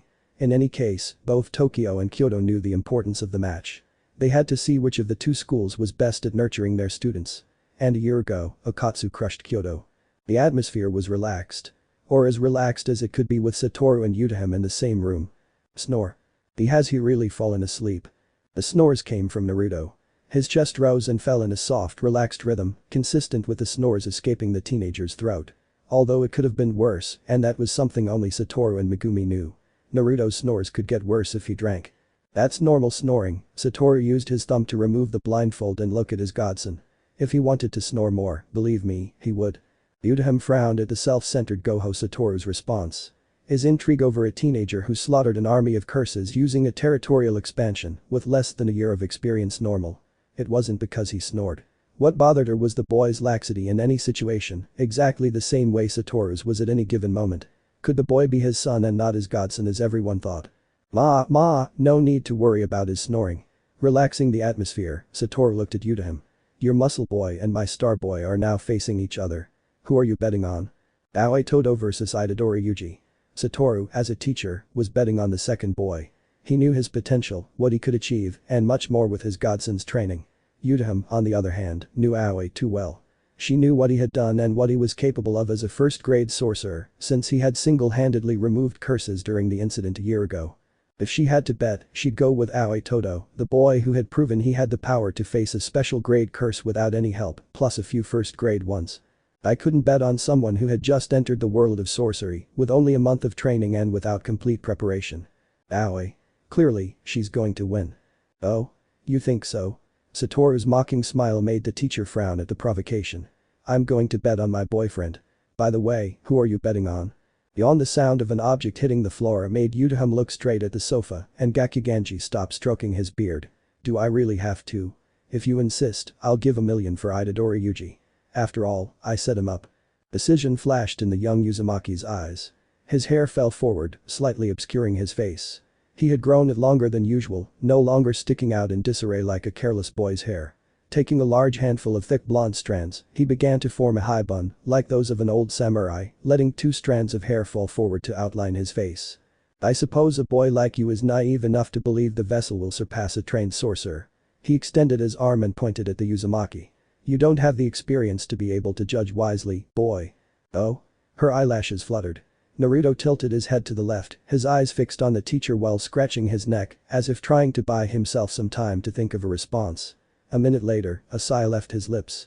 I guess Kyoto adults are 100% idiots. You, boy.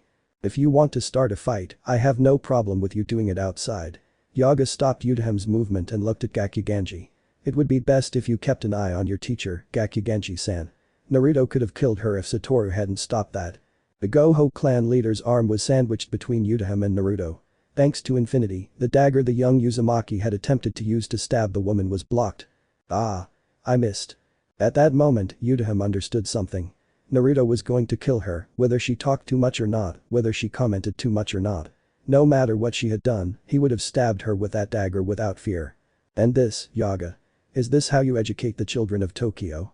Yaga's eyes weren't visible, but Satoru responded with a cold smile from the headmaster. A man like Yaga wouldn't let his emotions cloud his judgment or let a disdain for the elders seep in. Satoru, on the other hand, was different. Everyone knew of his desire to change a society like that of the sorcerers and eradicate the self-centeredness of the old glories, as Satoru himself mentioned countless times, and it was something Gakuganji was aware of. Believe me, old man. I asked you to spare one of your students so I could spare one of mine. He lowered his arm.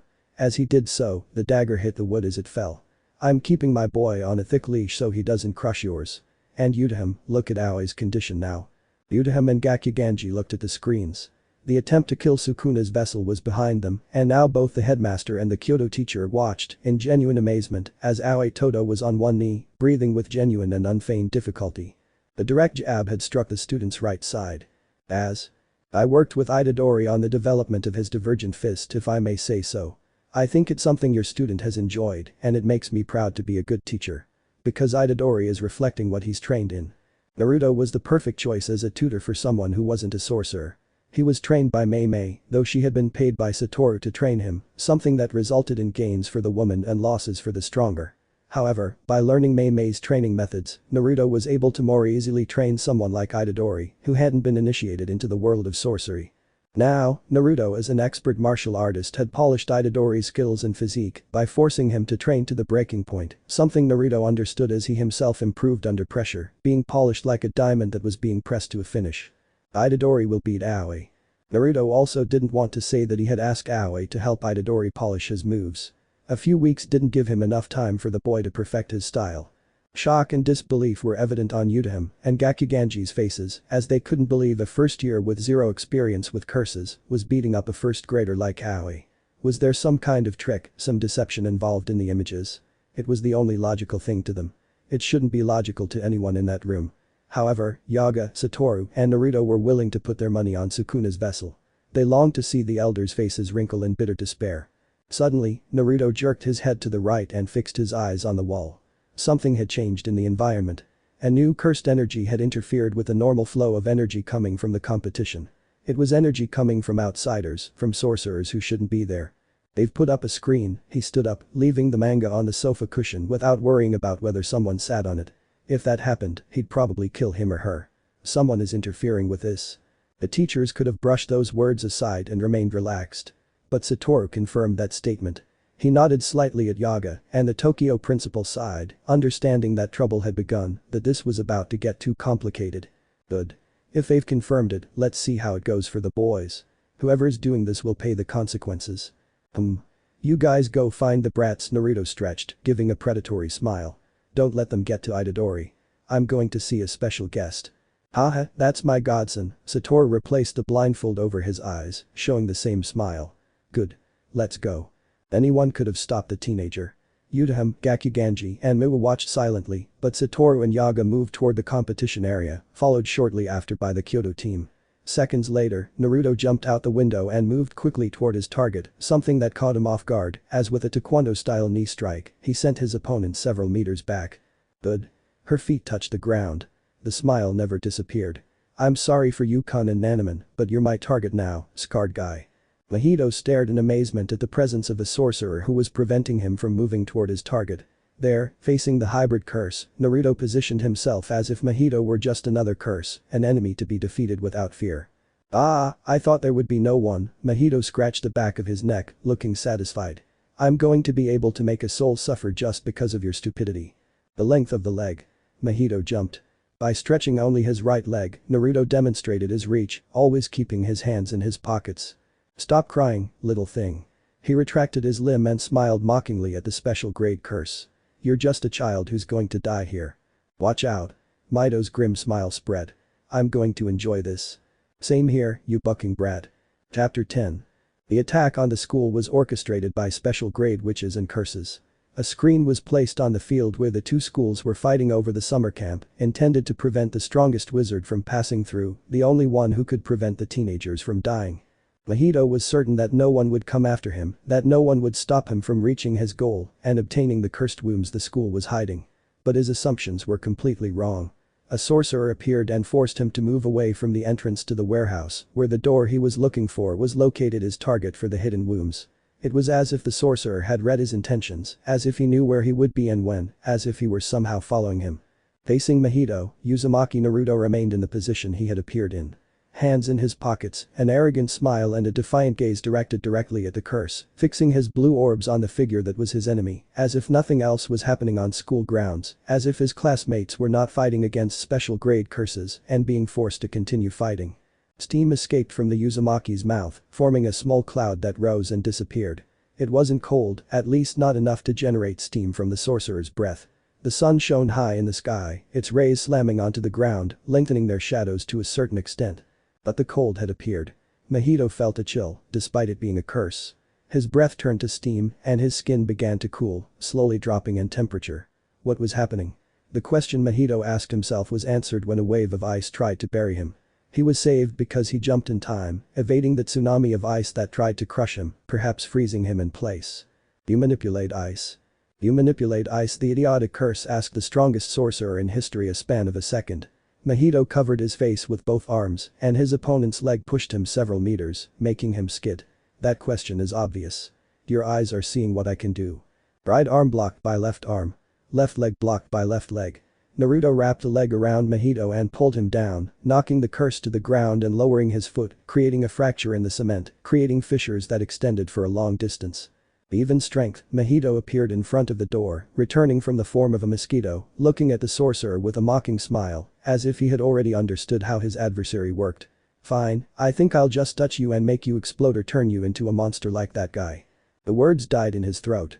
His right arm moved with surprising speed and connected with a straight blow against Mahito's stomach, causing the curse to tremble, as the force of the blow ran through his entire body, like a powerful electric shock that left him in place for the next few seconds, a second that Naruto took advantage of to slam his knee against Mahito's face again, and wrap his other leg around his neck, throwing him against one of the thick trees in the place. Which gave way to the blow from Mahito's body. I suggest you don't mention the dead, brat. A rustling sound caught Mahito's attention, and he looked at the standing sorcerer. I'm going to inflict a punishment on you, and I expect you to endure it. Sorcerers existed to exercise curses. These were two groups of natural enemies, constant in the world. While curses existed due to the negative energy of humans, sorcerers existed to contain and eradicate them, preventing any event that would cause the destruction of society as it was known or change the established world order. Ah, so boring. Mahito wiped the blood from his chin with the back of his hand. Moving his eyes to Naruto, the curse showed an evil smile. You're in my range, idiot. The hand shot out. Naruto looked down when he felt Mahito's hand touch his chest and tilted his head, not understanding what he was trying to do. Now, explode. Pre-mutation technique is Mahito's innate technique. This technique allows him to modify a person's soul in their body to do anything the user desires, something that Mahito himself can use on himself and modify his own body at will, or even heal any wound received against his body or his own soul. This was the reason why Nanami Kento was unable to kill Mahito. His curse technique did not prevent Mahito from regenerating his soul and could not permanently damage it, so the fight between Nanami and Mahito could only end in the latter's victory. That should have happened with a new target of the curse's attack. The teenager should have begun to swell, exploding into a mass of bone, muscle, flesh, blood, and organs that should have stained the entire place. But what Mahito expected was replaced by his arm being severed from the elbow, leaving him with a stump and seconds later, being kicked backward. What were you trying to do? Were you going to blow me up like a balloon until I burst, idiot? Naruto looked in confusion at the area Mahito had touched, finding it as it should be. Without a single defect, with the clothes completely intact. I don't know what you were trying to do, he shot out towards a surprised Mahito. But I'm not going to stop now. The fist slammed into the ground. It moved. He blocked Mahito's downward blade and slammed his right hand down, sending a ripple that pushed the curse back, spitting blood, if curses could spit blood.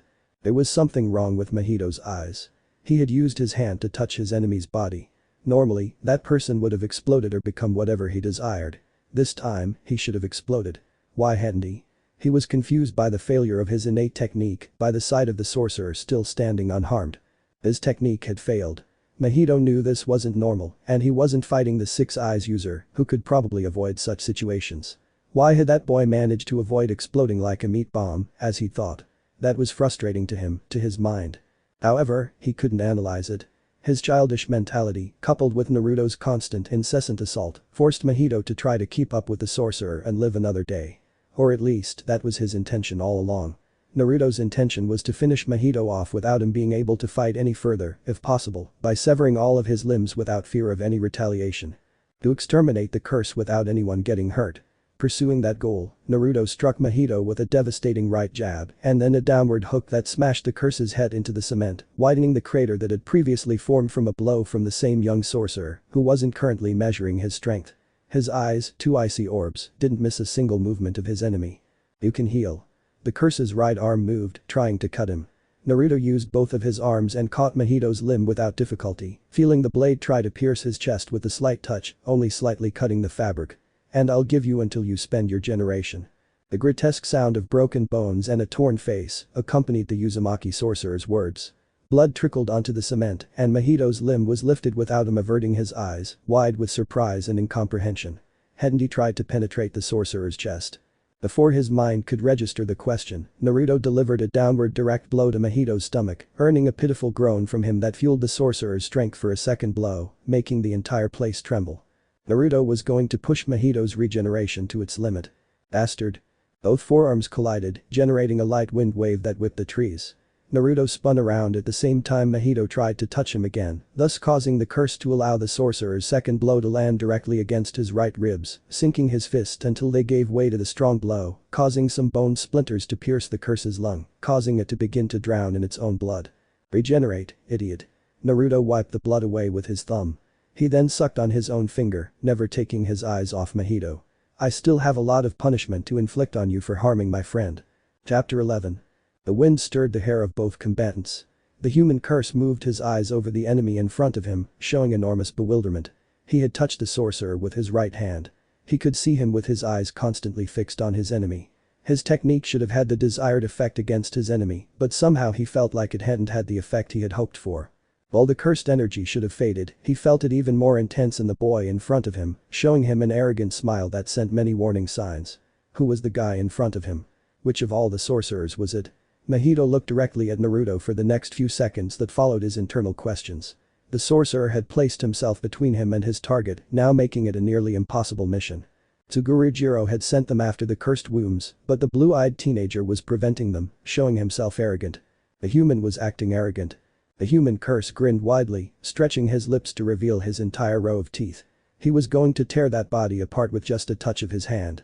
He might not have been able to dispel the sorcerer's cursed energy, but he could slice them into tiny pieces like a mere piece of cheese. However, the blonde teen's thoughts weren't even thinking about the possibility of Mahito slicing him into pieces. His thoughts were focused solely on Mahito. On finding the weak spots in the human curse's body to hit. When his eyes focused on 4 specific spots, his smile only widened a few millimeters.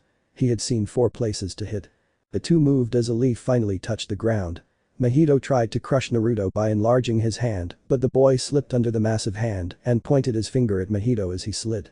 Like a gun, he fired a sphere of cursed energy directly at the curse's right elbow, creating an explosion that made him flinch. Naruto stood up, taking advantage of the gap between the shock and the explosion. Leaping forward, he planted his feet on Mahito's face, sending him sprawling flat on his back. He smashed his head into the cold concrete they were fighting on, shattering the tiles that formed the floor and leaving a small crater filled with Mahito's head, as well as some blood, strands of hair, and skin from the curse, which he spit out into the sky. Mahito tried to stand up, managing to support himself on his knee. Naruto's legs then wrapped around Mahito's neck and pulled him up with a force that was enormous for an average human. Mahito was thrown off the ground and thrown against a tree, which creaked and fell on itself when Mahito's body, like a projectile, hit it in the center of the trunk, generating an explosion of splinters that stuck into the curse's body, making it look like a human cactus, generating small threads of blood in each of its limbs. All of that happened in just 10 seconds. Naruto, using his right hand, jumped and stood up. He had been supporting himself on his hands after wrapping his legs around Mahito's neck and throwing him like a projectile, so he got back to his feet a second after the tree gave way to the projectile that was Mahito. For his part, Mahito stood up, emerging from under the tree he had destroyed, showing his clothes slightly torn and some blood staining the dark fabric, creating small dark spots on the shirt covering his torso. Splinters were embedded along his back, as well as adorning his arms and legs. Like a shrapnel grenade, the impact of his body with the tree trunk generated that explosion, and his body was hit by each of the splinters. Naruto and Mahito stared at each other for a brief moment. The young sorcerer's smile widened, while the curse weakened slightly.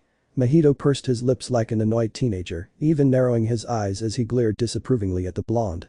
However, the Uzumaki's response was a simple glimmer of amusement in his blue eyes that went unnoticed by the special grade curse. The boy clapped to bring Mahito back to the present. "You shouldn't get so distracted in a fight for your life," Naruto declared, a hint of mockery evident in his eyes. "You shouldn't even underestimate me, you know." He made a circular motion with his index finger, pointing at Mahito. "That could get you killed." Mahito's eyes widened. Using only one hand to forcefully hold the curse's face, Naruto slammed Mahito into the ground, causing an explosion of air and concrete fragments that the sorcerer pushed with a finger and stabbed into the curse's body, enjoying the drops of blood that scattered across his face like raindrops. No. You could scream, the cursed energy condensed, and it wouldn't stop these blows. Black flash. The arm swung swiftly, and Mahito couldn't and didn't know how to respond. His body was struck by a powerful blast of cursed energy that, a second later, caused the ground to crack and split, as well as a huge wave of angry wind that stirred the sorcerer's blonde hair, causing some strands to move before his eyes, fixed solely on Mahito. That blow had been filled with rage and tremendous force. Naruto hadn't held back when he struck the curse with that direct blow to its stomach, and he didn't even blink when Mahito's gaze faded, turning white with pain. However, it was surprising to see that he hadn't died. Naruto blocked Mahito's touch by raising his arm. Mahito wore a bloody grin, his eyes flashing with malice.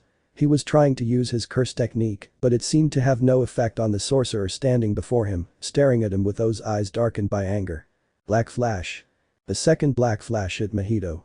That second blow, for Mahito, moved completely slowly. His eyes, filled with an irrational fear he couldn't understand, saw the teenager's fist descend toward his torso again, wrapped in that cursed energy as dark as night, bordered by the outline of a red flash like the very blood that stained the pavement. When that blow found its target, the explosion was even stronger than the first.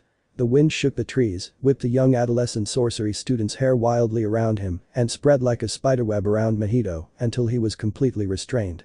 His legs and arms froze from the blow, and that deadly cold spread from the tips of his toes to the roots of his hair, exploding a second later as pain, a burning reminder that he was alive, replaced the gripping chill of death itself. He spat blood skyward for the second time, but this time it was abundant, as if a bag had burst in his mouth.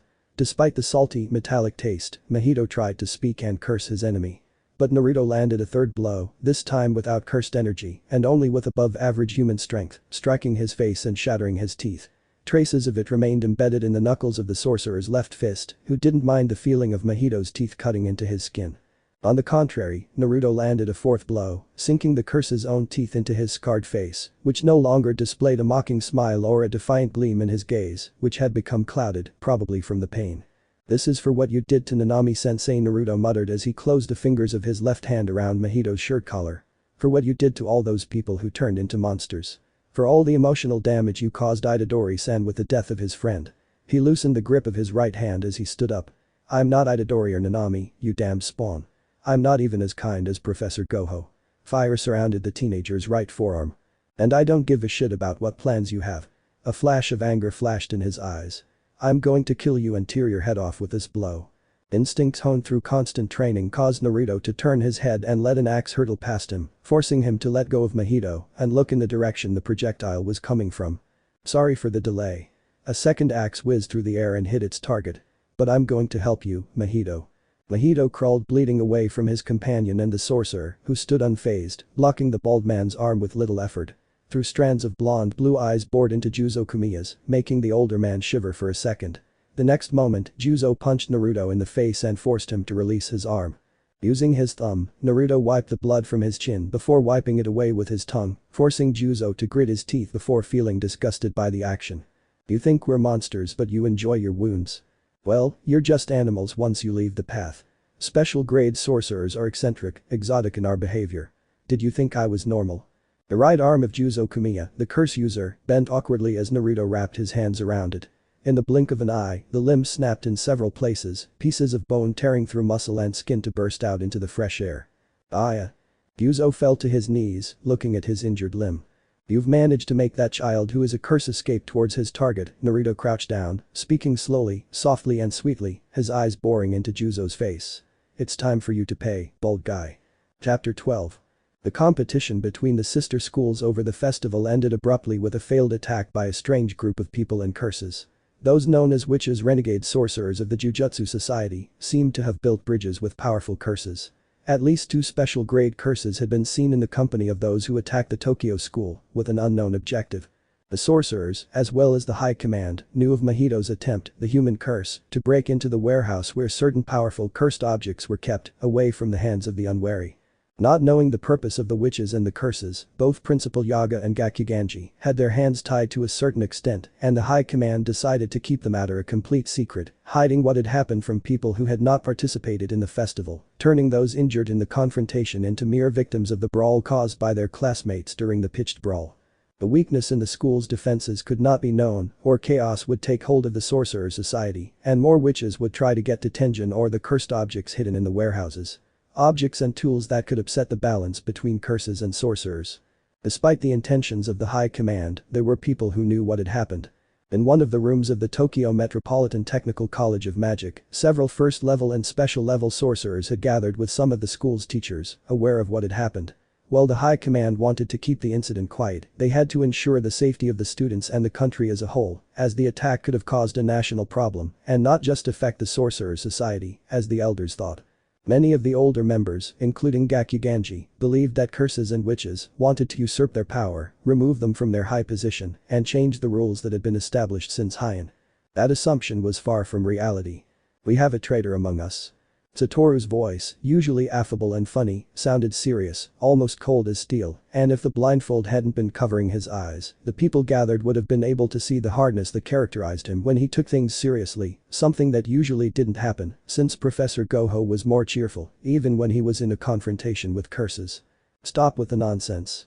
Uchiha fixed her eyes on the albino-haired teacher. The woman's face, usually grimacing in annoyance when she was in Satoru's presence, now showed a true expression of anger, as she didn't understand how anyone could think they had a traitor. "How can you think of that? A traitor? Between us? It's happened before, it's not unusual," the albino shrugged. "And there's a traitor among us, that's a fact. How did they know when to attack? When? They took advantage of the festival, a weak moment for us, and tried to keep me out with their barrier. They knew who was present. But you are here, it's a fact." "It's not an undeniable fact, Uchiha," the albino replied, staring at the woman. "They knew exactly where and how to attack. They were looking for something and they knew where it was." There was no mistaking Professor Gojo's tone of voice as he looked at the summoned adults. Satoru didn't doubt the men and women surrounding him, but what about the students? Witches and curses should have been able to play on the minds of the youngest with a yearning they had and desired with all their hearts. They were the most likely to fall into the hands of witches, much more so than the adults. But which student would it be? "It's best to investigate, and once we've got him on a tight leash, proceed. We can't accuse without proof. It could cost too much, creating a rift between us." "There were already gaps," Naruto muttered, sitting upside down on the sofa in the room. "The old Gakuganji here present tried to kill Itadori by sending his students." The eyes of those present moved towards the Kyoto principal. "You tried to kill the boy, even though Professor Gojo was a guarantee. And you think I'll back down? No, you're stubborn and old." The blonde rolled over until he was sitting firmly on the couch, his hair falling over his forehead. "The elders wouldn't change even if their lives depended on it. And would you fight Rayam and Sukuna if he were reborn, brat? I would have killed you, old fogey, if Itadori had come to any harm." The two sorcerers, the old man and the young man, stared at each other intensely. It was possible that some of the people in the room didn't truly believe the teenager's words, but there were a couple who sensed the truth behind his retort. Gakuganji himself and Satoru, whose eyes widened slightly behind his blindfold. "You'd put the elders on you, boy. So? I'd kill them too." With those last words, Naruto left the room after a few tense minutes of silence, leaving the echo of his words in everyone's heads. That said, Principal Yaga looked at the Kyoto teachers for a few seconds. "We should investigate our students, just in case. We should keep a close eye on those who are likely to accept something they shouldn't." "That blonde brat," the old Kyoto principal growled. "He needs his girl woken up, doesn't he? I'm sure he's. Don't you dare go down that line, old man." "Ah." The great Satoru cast doubt on all the other students, but not on his godson. The headmaster's eyes flashed with anger before he slammed his staff against the ground. "You have a strange way of administering justice, Gojo. A very peculiar one in which all your students benefit and the others don't." "That boy you're judging," Yaga intervened, stopping Satoru from getting involved further. "He was the one who ended Jito and over 100 curses last year. He's a teenager with a special grade status. He even traveled to America with the intention of curing his friend, staying by Akatsu's side. If you're doubting the boy because of his words, then you might want to reconsider. He's not someone I'd want to push around and get on his bad side, Gakuganji. His threats aren't lacking in strength and weight, much less intent." "Gojo Satoru is a joker," the aforementioned teacher snorted at the Tokyo headmaster's words. "But Uzumaki is the complete opposite of Satoru. He doesn't care about laws or rules. Mess with someone he cares about and he'll destroy you if it's the last thing he does." Yaga's words filled the room, penetrating those present. Satoru's blue eyes shone with a certain malice that couldn't be seen due to the blindfold. Uchiha was frowning, as well as a curvature in his lips that gave his face a sullen and annoyed transformation, as it usually was in Satoru's presence, but now a dark gleam could be seen in his eyes at the threats present. Gakuganji, although he was the recipient of those threats, was calmer than Uchiha and Miwa, who was trembling, acting as his bodyguard, but his eyes had darkened at each of Yaga's words and the teenager's threat. The old headmaster from Kyoto said nothing for several seconds, letting the words sink in even to Headmaster Yaga and Satoru. But after that time, the cane slammed hard against the ground, shattering the funereal atmosphere that had settled over the place. He kept his gaze on his wrinkled hands, gripping the cane. Was a mere brat bothering him? Gakuganji's lips curled into a pursed shape and glared at the two Tokyo adults in front of him, his silent anger reflected. Those words. They'll stick in your memory, Yaga. Her eyes flashed with anger. They fixed on the headmaster of Tokyo before looking at the albino teacher. It's not a threat I'm going to forget or dismiss like it comes from a child. He's a sorcerer and he's set his sights on killing us when the elder's intention is to ensure everyone's safety. This isn't something that's going to go unpunished. And should we let the attempted murder of young Itadori go, Gakuganji? Yaga held his gaze. Hiding his eyes with sunglasses, the Tokyo headmaster met his partner's menacing gaze, not flinching from the sense of danger. They were both headmasters. The difference lay in their positions within the Jujutsu society. While he was merely a sorcerer and headmaster, Gakuganji was a member of the elders, as indicated by his age. Only elderly sorcerers could enter the ranks of those who controlled the world of sorcery, capable of murdering even a child. Itadori Yuji is a vessel, a being who must die. Gakuganji slammed his staff directly onto the wooden floor again, holding Yaga's intense gaze. If you wish for someone like him to walk among us, I will not be the one to allow it peacefully, Yaga. We have indulged Gojo Saturo given his status, but the ropes are taut. First Akatsuki and now Itadori, and you want us to pass off the words of one of your students, as if he hadn't said them. A third rap of the staff echoed through the room. Enough. I will not stay to be insulted any longer. You know the rest of the elders won't play along with you, old man. Gakuganji paused before leaving, in the crack in the door. Miwa and Utaham looked at him, worried, but the elderly headmaster of Kyoto left the room without responding, followed shortly after by both girls. "Oh-ho," Yaga growled. "Don't push Gakuganji any further, will you? You could increase the schism between the two schools, and this isn't the right time for that." Okay. I'll keep quiet." But the words that were spoken in that room would not leave the mind of the elderly director. Chapter 13. The world of sorcery was governed by strict laws that no one, not even the elders, forgot. However, despite the restrictions on certain actions and the manual for others, the elders were capable of giving the green light depending on who asked, which translated into the three great sorcerer clans that had guided the Jujutsu society since the Heian era, where Harem and Sukuna reduced the most powerful and prestigious clans to just three. Of course, in order for the power of these clans to remain within the Jujutsu society, the elders were willing to let certain things slide in order to please the clans. However, the rope tended, at times, to become too tight. The six eyes were an ability belonging to the Gojo clan, being the identifier for all the curses of the person who was the balance between the sorcerers and the curses. The person who had said ability could be considered the strongest. Currently, Gojo Satoru possessed this ability and was known by all as the strongest sorcerer, a reputation that Satoru himself maintained by facing special grade curses and overcoming them without any problem. Thanks to who Satoru was, his power and his clan, the elders had turned a blind eye on 3 occasions. With the queen of curses Akatsuki. With the strange power of Uzumaki Naruto, in addition to being from a strange and extinct clan. And with the situation of Itadori Yuji, turned into Sukuna's vessel and used to eat Sukuna's fingers, with the intention of killing him once he had the 20 fingers inside, ending the life of the king of curses after at least 1,000 years. Since the end of the Heian era. The rope had tightened enough for the elders to hear the old Gakuganji's words. They weren't blind to their comrade's actions and what he'd done to the festival, but they weren't deaf to the words of the teenager who had threatened them either. They might have hated them, but they did those things for the good of the entire world, not just for sorcery. Gakuganji's words have been heard, an older woman murmured from her position, hidden behind a Japanese screen that seemed to bear the strange design of a torii gate. And the appropriate measures have been taken. Zenin. A bright light shone in the center of the circle formed by the elders, all hidden behind screens except for Gakuganji himself, who saw no need to conceal his face or his intentions. Standing in the center, his hair neatly arranged and light blonde, was a young man with a sly smile, fair skin, and eyes filled with malice hidden behind a false complacency. "Seniors." He bowed before one of the illuminated screens, his hands clasped inside the long sleeves of his dark kimono, bowing slightly and displaying a respectful tone toward the elders. When he straightened, a slightly pointed face, free of baby fat, and a slightly pointed chin could be seen. "You have been summoned for a briefing by Director Gakuganji regarding a possible threat to our status and safety." Zenin Naoya, son of Nabito, leader of the Zenin clan, another elder spoke, but Naoya didn't move his head, keeping his eyes fixed on the screen in front of him, despite being spoken to from the side. "Uzumaki Naruto has made threats against Director Gakuganji and against us as an organization, calling into question our work. That's unacceptable." A third voice spoke, now behind the young man. "We can't allow someone to get away with insulting us, much less when Gakuganji has only tried to put everyone else before the life of one person. The well-being of the country comes before any life." A man's voice overlapped the whispers, coming from behind the screen in front of Naoya. "And that's something Gojo Satoru hasn't understood. We've been Flexible, perhaps too much so with his requests. Akatsuki, Uzumaki, and Itadori. And, if that weren't enough, one of those protégés has dared to threaten us.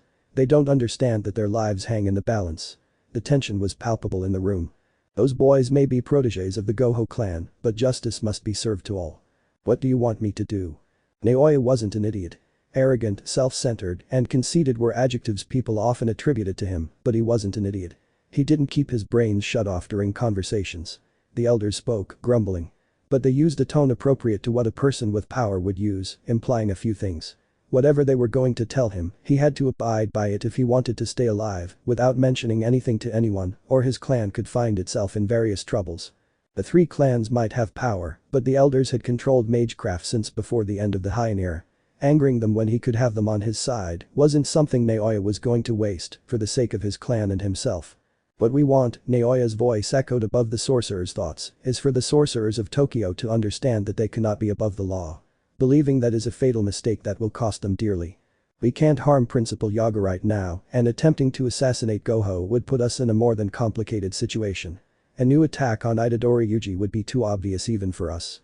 However, there's currently a boy who is unprotected, and Gojo Saturo no longer welcomes him into his home or attends school. Uzumaki Naruto is your target to teach us a lesson, the only woman in the group said. The boy has made certain threats against us, turning him into a dissident for our system. According to Gakuganji, the boy's intentions against us are real. Although he was classified as a special category, according to his mission records, his physical power stands out above the rest. With your innate technique you can overcome him. He is not Gojo, much less the heir of the Zenin. Are you afraid of him, Naoya? No, the sorcerer stood his ground, and that transformed his tone into a colder, more serious one. I will finish off the target if they ask me to. That's what we ask of you, Naoya. I hope you don't fail. If you obtain the boy's head, the Zenin clan will be rewarded beyond belief. I believe even your father isn't foolish enough to scorn our friendship. My father greatly esteems the elders, he stated, bowing his head. And I esteem that friendship as well. The safety of all always comes before the safety of an individual. The Zenin clan believes in the elders, and I profess those words and beliefs. I will follow your instructions and calm the waters. When Gojo Saturo looks at his godson, it will only be his head in a box. The light disappeared and silence filled the room. Only the elders remained. Accompanied by the silence and darkness, Zenin Naoya disappeared from the room as silently as he had entered, leaving no trace of his own presence. Saturo has already stretched the rope enough to cut it. But he keeps the world safe.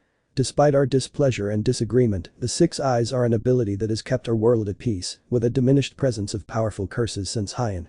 But relying solely on one man? If he were part of the clan, it would be a different matter. The Kamo and the Zenin neither have power like Gojo Saturo, came the voice of the one who seemed to be the leader, coming from behind the screen that Naoya's eyes constantly watched. Getting rid of Saturo is not something we can do freely, and if he gets angry, there may be consequences. But at the same time, we cannot allow threats to be made against us openly. Gojo Satoru's student has crossed a line too openly. While we spared the vessel's life, it is only temporary and can be revoked. Somewhere in Tokyo. From the top of the building, Naruto looked out over the city below. Tokyo was a beautiful city, full of life, almost a mirror image of New York. There were always people walking the streets, shopping or just strolling, alone or in company. Like Times Square, some of Tokyo's districts were much more crowded, with the lights from the billboards shining down on the streets, leaving no room for darkness or solitude at any time. And it was a beautiful sight at night, looking down on the city from the top of a skyscraper. The people looked like mere ants, moving in different directions, yet filling the streets even though it was 10 o'clock at night. There might not have been children walking among so many adults, but there were still a good number of people gathered. With his blue eyes, the Uzumaki took note of every possible detail. The people moving around, the lights flickering as they sought a break, the badly placed signs on the roofs of nearby buildings, the vehicles passing on the asphalt. He recorded it all in his mind and, like a puzzle, reconstructed that same image in his own head, trying to look for any sign of curses around the city. The crack behind him made him turn and react. He swung his arms and intercepted the fist that was about to hit his chin. It was slamming into his hand with a force that was anything but ordinary, even though it was normal. Zenin Naoya. The two sorcerers separated, Naruto taking several steps back, a bruise appearing on the right side of his face. Naoya had managed to hit him, and the skin in the affected area had turned reddish, soon turning purple. So this is what the elders fear, huh? Arrogance filled the man's words. Naruto felt this feeling so strongly, his face changed. At first, he thought about being mocking, slightly annoyed by the event. But the mention of the elders erased all traces of playfulness from his mind. When Naoya attacked again, he waited for it. He spread his legs and let his arms hang limply. He was on the edge of the building and watched as Naoya advanced on him. Meeting Naoya was the end of the sorcerer. If you're trying to use your ability, Naoya's eyes widened. In a split second, Naruto had overcome his opponent's innate technique, striking him directly in the face, shattering his teeth and nose. I must tell you, you've made a huge mistake coming after me. Chapter 14.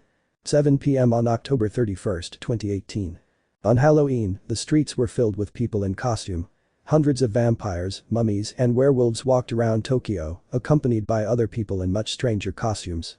Children held their parents' hands, carrying bags full of candy, and some even had blankets covering their bodies to simulate being adorable ghosts who scared the people they met.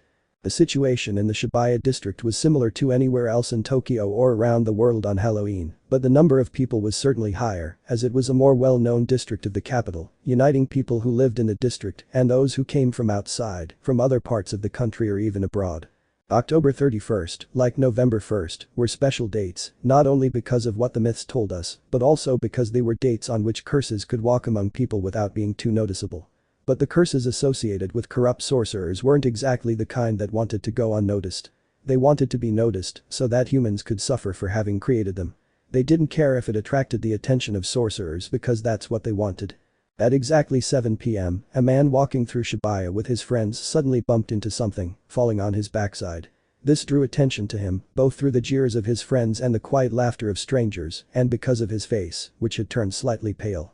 Soon, a girl also hit the ground and stumbled back several steps, her eyes showing surprise, confusion and a degree of fear that soon spread to the rest of the crowd, who began to scream, filling the rest with terror, something that was further reflected in their dull faces and eyes, which were soon flooded with the same fear. It was a paranormal situation. People not connected to the cursed energy didn't understand what was happening and were frightened. Those with some understanding or a perception of the paranormal saw how a barrier had fallen around Shibuya like a dome, which was responsible for their inability to leave the district or being prevented from leaving, making everyone their children, adults, and the elderly hostages of whoever had placed that barrier to hold them back, which was obvious. This had been the work of corrupt sorcerers, witches, or cursed sorcerers. The names were varied, but the objectives were clear when they were working with powerful curses, which soon made their presence felt in Shibuya, and a voice filled the entire district, heard above the screams of terror. No one can leave, only you can enter. When Gojo Satoru appears, you can leave the place. There lay the kidnappers' target. They wanted Gojo Satoru in exchange for the hundreds of people who were, at that moment in Shibuya, trapped inside the barrier placed by the sorcerers who were trying to attract the strongest sorcerer. The mention of that name caused people to scream, demanding that the man appear and surrender himself. They were filled with the need to survive, driven by the fear of dying, and the need to flee that was inherent in any living being when overwhelmed by the situation, when they felt a danger beyond their strength. They didn't have to wait long. With gravity-defying hair, a blindfold covering his eyes, and only a sorcerer's robes as his clothing, Gojo Satoru made his presence felt in Shibuya, walking over people, stepping on some faces, and appearing slightly amused and unconcerned by the unusual situation.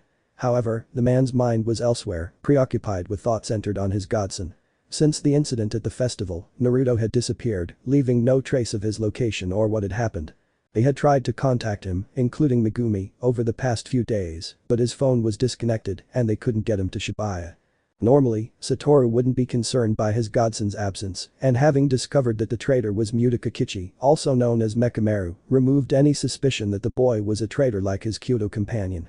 But, of course, this view wasn't shared by the elders or some of the older sorcerers, who viewed their godson's absence as a betrayal, putting him almost on the same level as Jito and Muta.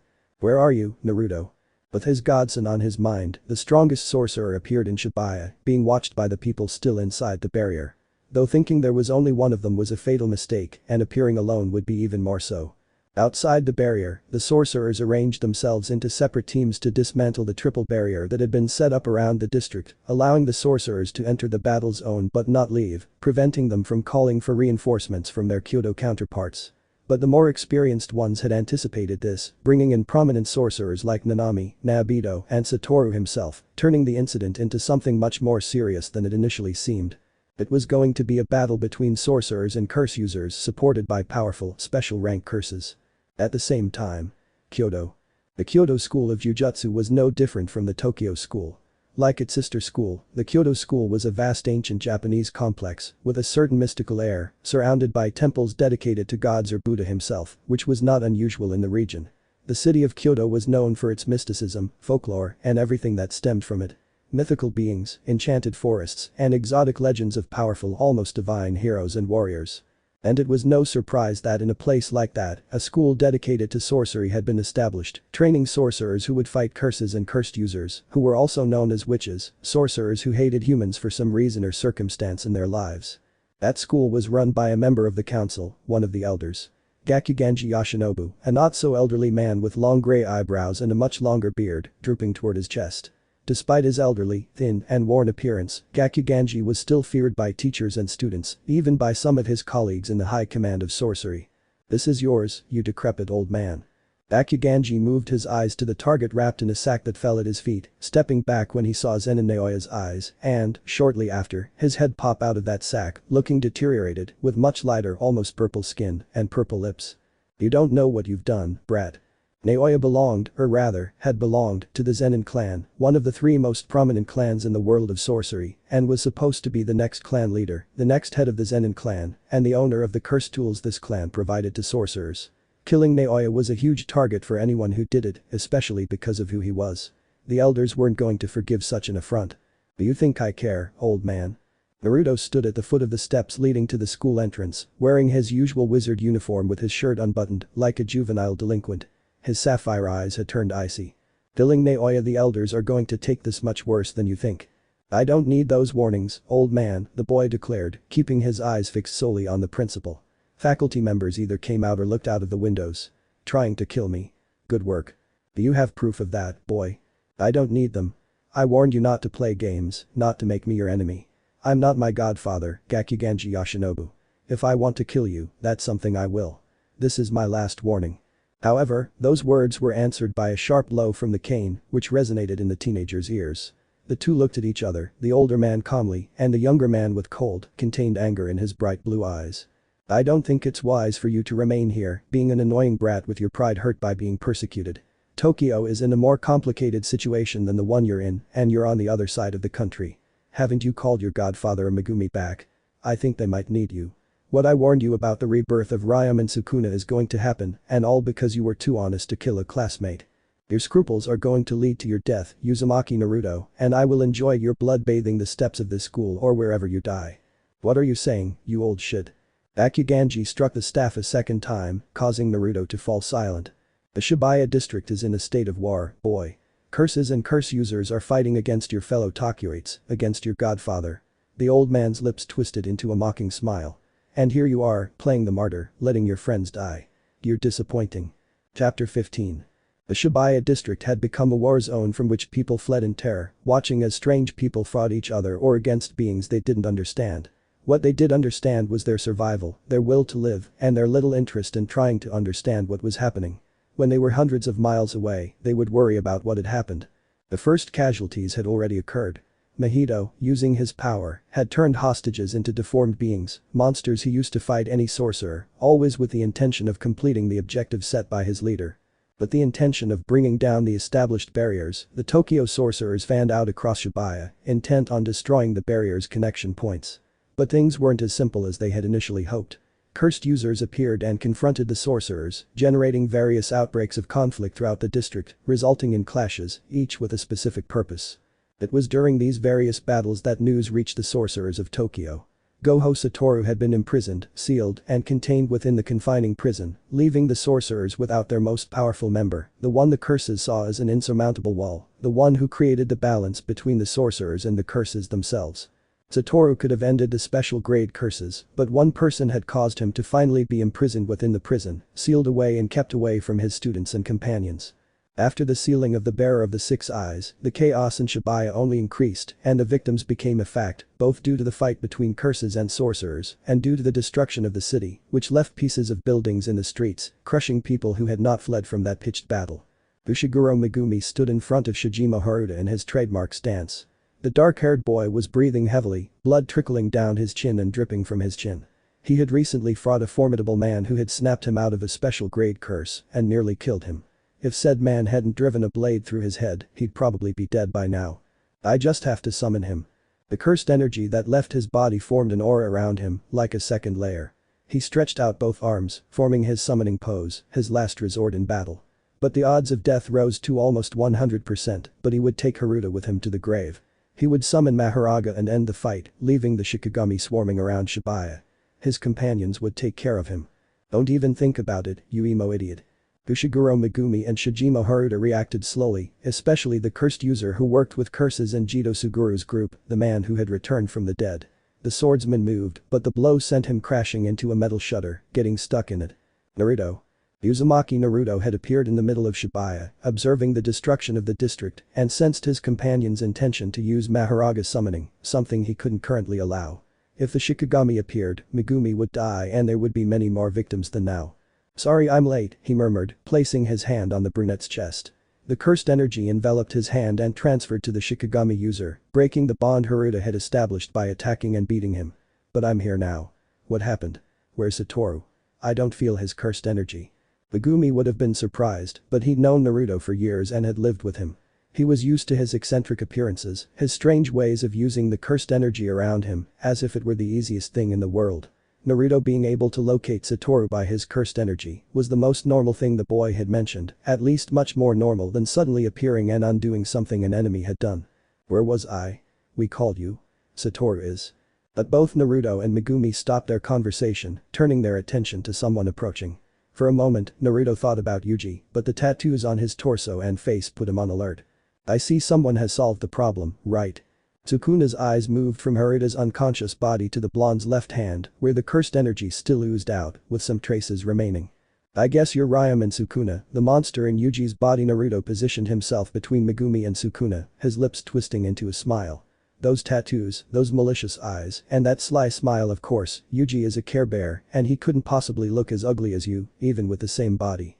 Ha! You know who you're dealing with and you don't show any fear. King of curses, Rayam and Sukuna with power surpassing generations of sorcerers and curses. The one in charge of destroying certain powerful sorcery clans, not even sparing their children, during the Heian era. Normal people would be afraid of you, but I'm not even sane." HMP Sukuna grinned widely, showing all his teeth in the process. "Do you want to see who's the best of the two?"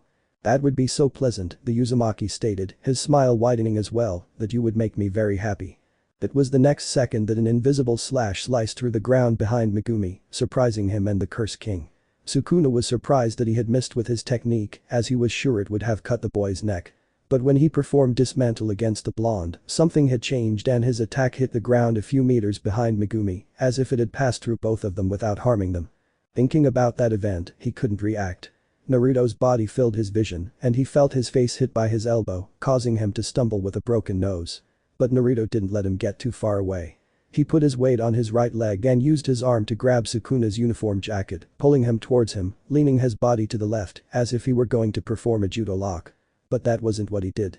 When Naruto lifted a confused Sukuna over his body, he wrapped his left fist in cursed energy and sent a blow straight into his enemy's chest, causing his body to shake from head to toe seconds before being thrown upwards. "You can't kill him." Megumi's voice came out in a slightly desperate manner, her eyes showing a certain degree of fear. "Itadori." "I know," Naruto dismissed his companion's concerns. Sukuna landed on his feet after spinning in the air, landing a few feet away from the sorcerer. "I'll hold back so I don't kill him. But I'm going to beat him so badly, Sukuna will think twice before coming back to life." Arrogant brat, a fire arrow shot toward both teens. Naruto stomped hard, shattering the ground, and used it as cover. The arrow exploded, sending rock fragments flying in different directions. "You're underestimating me. The point isn't that I underestimate you, but that you underestimate me." He slammed his fist into the fragment of soil and, with his leg, shot the pieces directly toward Sukuna, creating a shower of projectiles that forced him to cover himself with his arms. "And it's not that I'm afraid of you." He stepped out from behind his cover, leaving Megumi there.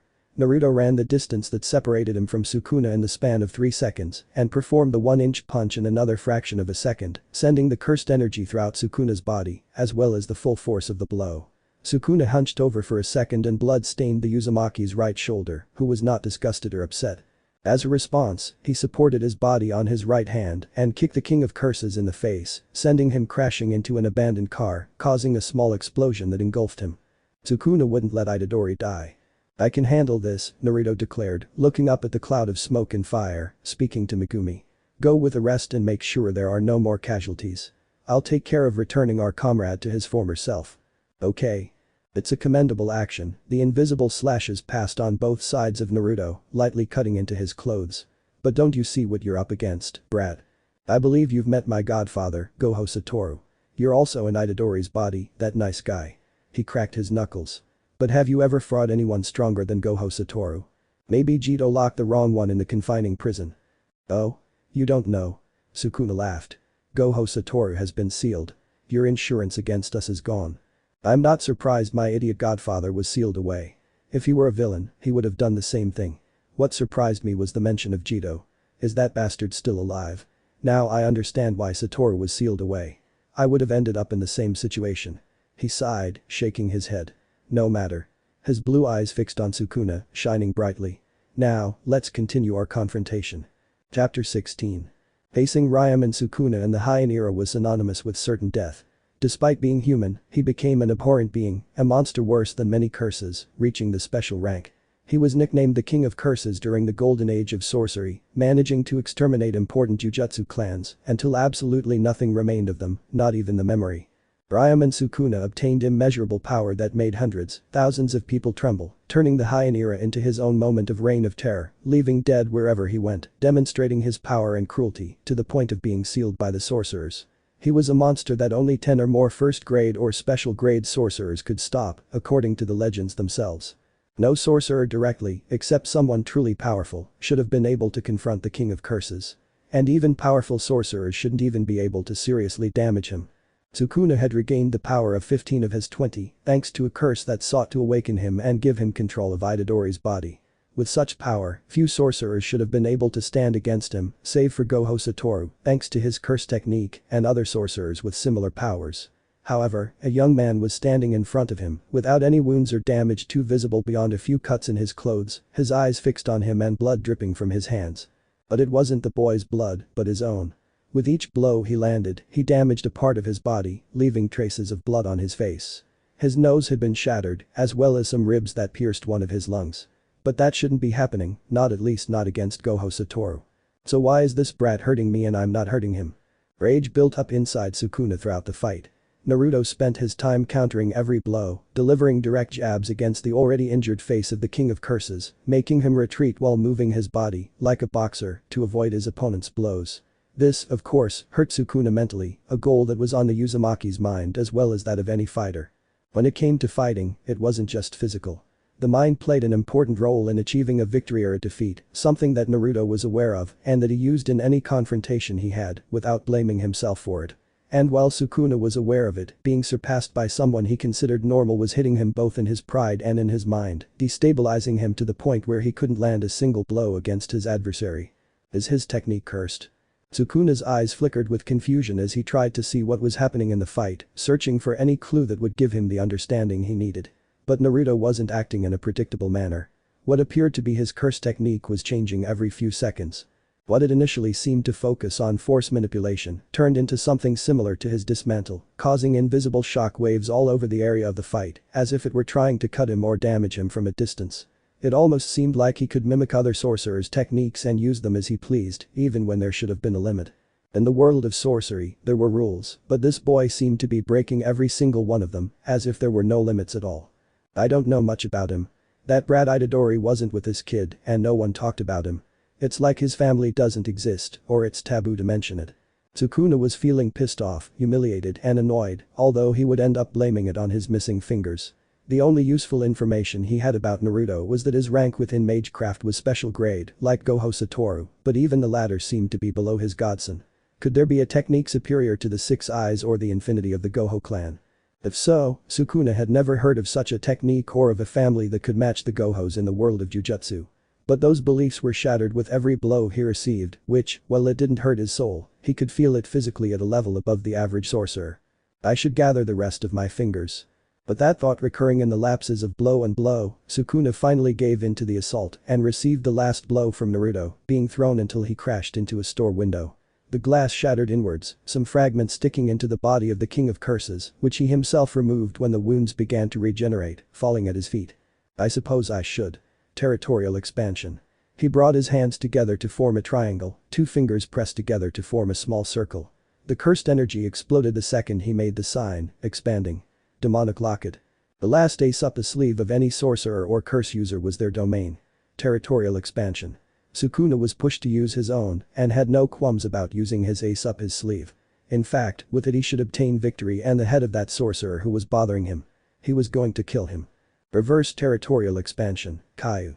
The invisible gashes numbered in the thousands. Buildings were slashed, cracks appearing in walls and pavement. Like torrential rain from a summer storm, the gashes spread across a wide field around the King of Curses, slicing into anyone within the range of his domain, likely leaving hundreds injured, more destruction, and a few more dead, their hands stained with blood. Sukuna's eyes scanned the dust and debris, searching for the severed body of his archenemy. His lips twisted into a smirk as he caught the scent of salty blood, and he turned his head in the direction the scent was coming from, his eyes widening for a second before his eyes flashed with satisfaction. Uzumaki Naruto had taken a direct hit, slashing across various parts of his body, leaving him nearly dismembered. And that was the strange thing. The demonic reliquary was an offensive and defensive domain that generated an open expanse of cursed energy, delimiting the boundary within which the technique fulfilled its purpose. In this form, anyone who entered the boundary would be eliminated instantly, sliced into tiny pieces, as if they had entered a meat slicer. Naruto was an exception. The arms were almost unharmed, with a few cuts deeper than usual. The clothes had been completely torn to shreds and were barely usable by the teenager, who covered himself with his torn uniform, exposing much more skin than desired.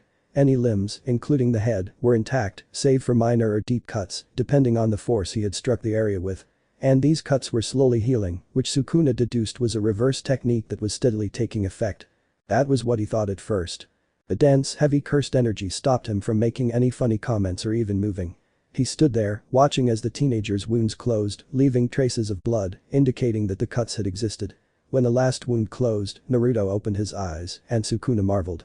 They were a deep ruby color, with slitted pupils, oozing anger, hatred, and bloodlust toward their target, things that Sukuna himself felt in his body, making him tremble slightly. But he pulled himself together.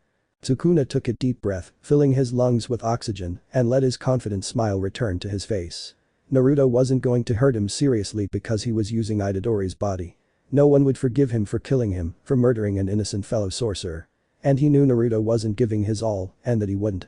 Hey, brat, Naruto's voice was no longer young, but deep, cavernous, and old. Would you stop looking at me like you know what I'm going to do? It's annoying to have a mere human stare at me so blatantly. Human? Brat. Ha ha ha ha. You've got quite the nerve, Uzumaki Naruto, to speak to the Curse King like that, I reaffirm. But these. Cut the crap, you spoiled brat. Using his right hand, Naruto brushed back his hair, using the blood on his hand as hair gel. I don't care if you're the king of shit. You should show respect to your superiors. The second after that statement, Naruto's right arm pierced Sukuna's chest, ripping out his heart. It was throbbing and hot, with blood dripping from his hand onto the asphalt. Naruto pulled his arm back, still clutching the heart, and showed it to Sukuna. If you thought I wasn't going to do this, he crushed the heart, smiling darkly, you're truly mistaken, brat. I am the king of hell, the demon king, the king of the yokai. Sukuna regenerated that wound, but Naruto's left hand slammed him into the ground while he healed. NGH. You can call me the nine-tailed fox. Kurama. And a scorching heat melted the skin of the king of curses. Chapter 17. The Uzumaki had been an important clan within the world of sorcery, although it ended like many of them after the Heian era.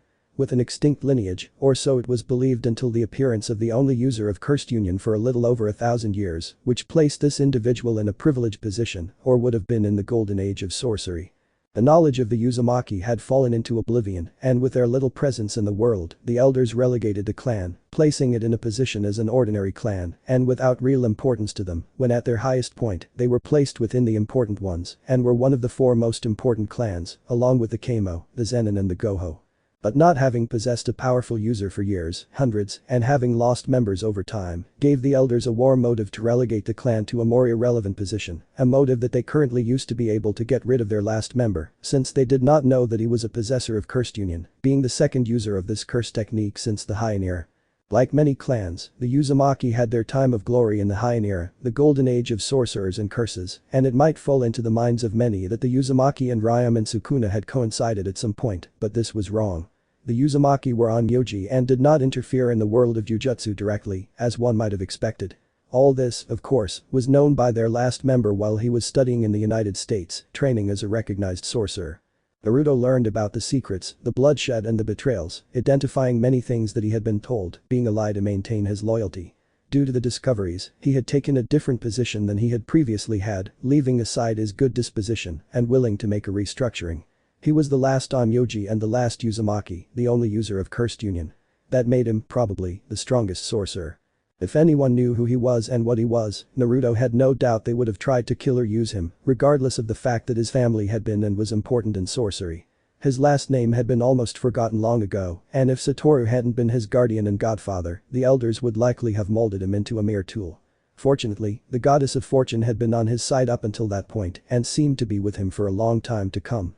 Slowly, Naruto removed his hand from Ryam and Sukuna's burned face, seeing Itadori Yuji's face now without any tattoos, with his skin burned, almost turned to charcoal and oozing. Letting out a sigh, he placed his hand back and used the reverse technique to reverse the wound. The King of Curses had been momentarily defeated thanks to Kurama, but Sukuna himself was right. He wasn't going to kill him by sacrificing Itadori when the boy had a bright future ahead of him as a powerful sorcerer. He had felt it and could almost say he saw it in the future. He just needed the proper maturation, with the proper training and guidance. But his godfather had been sealed, according to information from Mekamaru, who seemed to have left a backup plan. That traitorous idiot. Jito Suguru had been in charge of sealing his godfather. But how was he alive? Jito's body had been buried, inert, cold, and bearing the wounds that had led him to the grave. He had been there when the man died. He had seen the blood stain his clothes and how he and Yuta defeated him before Satoru delivered the final blow. Was there a resurrection technique? Was it reincarnation? Perhaps a clone of Jito himself created by a curse technique? Naruto frowned at those questions and drew himself up to his full height. He could feel the air against his skin. He was almost naked. Without any shame, the boy entered an abandoned store and changed his clothes, including his shoes. He emerged wearing baggy white pants and a sleeveless t-shirt as black as night, which clung to his chest. Just behind them, embroidered was the face of an orange fox with its jaws open, shooting out a kind of energy sphere, which stood out against the color of the fabric. Nanami, dead along with Nabito and others who fought alongside Megumi and Satoru, has been sealed. It seems that the plans of that Jito are going too well. The chances that the main objective was to seal my godfather are 100%. That means that whoever is behind it does not know me. The real Jito would have imprisoned me after what we went through, but this faker has not even tried. I still have a chance of victory. He wasn't rude when he hoisted the unconscious Itadori over his shoulder and started walking toward the barrier. He had to leave the teen out of the loop about what was going to happen next. If he didn't well, he'd probably end up too injured, dead, or mentally unstable, which would make him a vulnerable point for him as he dealt with what was happening inside Shibuya. And Itadori needed a break, especially with what he'd have to deal with because of Sukuna. Naruto stopped at the edge of the barrier and touched it, feeling the cursed energy that kept it standing, like a screen. Some of the supports, there had apparently been 3 overlapping barriers, had been removed by the sorcerers, so they could now leave without any problem, and it was much weakened. Whoever's behind this barrier. Take it. And he threw Itadori through the barrier, spinning on his feet to run towards the station, where the confining prison was with Satoru inside. Naruto was aware of a detail that many sorcerers would have probably overlooked. Sealing Gojo Satoru specifically had a motive behind it. What was that motive then? Anyone, including himself, would have thought it was because of the 6 eyes and the infinity, the Gojo techniques, and they would be right at least in part. Satoru was the balance between curses and sorcerers, a barrier that no one thought of surpassing. But lately the curses had grown, evolved, reaching new levels of power that seemed typical of beings from the High-Air. Could that be why they would seal Satoru? No, that was just one of the reasons, Naruto thought, as he entered the subway entrance. There were many others behind it, such as knowing how to use Jito to stop Satoru, which led to knowledge of his godfather's technique, as well as his personal history. Whoever was behind it knew the Gojo clan intimately. With that revelation, Naruto now doubted even more that Jito was the one responsible for sealing his godfather and causing this disaster. No, Jito Suguru wouldn't ally himself with curses. He would use them and take them for himself, as he had tried to do with Rika. The only way to put the pieces of this puzzle together is for me to see the villain in person. I have to get deep into the station. When Naruto reached what would be the middle floor of the station, right between the stairs he came down and the next ones up, he saw the deformed bodies of the station's hostages, all turned into deformed and unrecognizable monsters. On the other side of the huge group of victims stood Mahito, the human curse, with his gray hair reaching below his shoulders and his face covered in scars. But he's blonde kun. What have you done, Mahito? This Mahito picked up one of the monsters, a hunchbacked creature with hollow eyes and deformed skin, and smiled. "It's my greatest work of art. Don't you like it?" Bile rose in his throat and Naruto held back the urge to vomit. That wasn't like a curse. It was like that of an out-of-control lunatic, a child with powers. "Masterpiece," he hissed, letting some of his pent-up anger seep into his voice.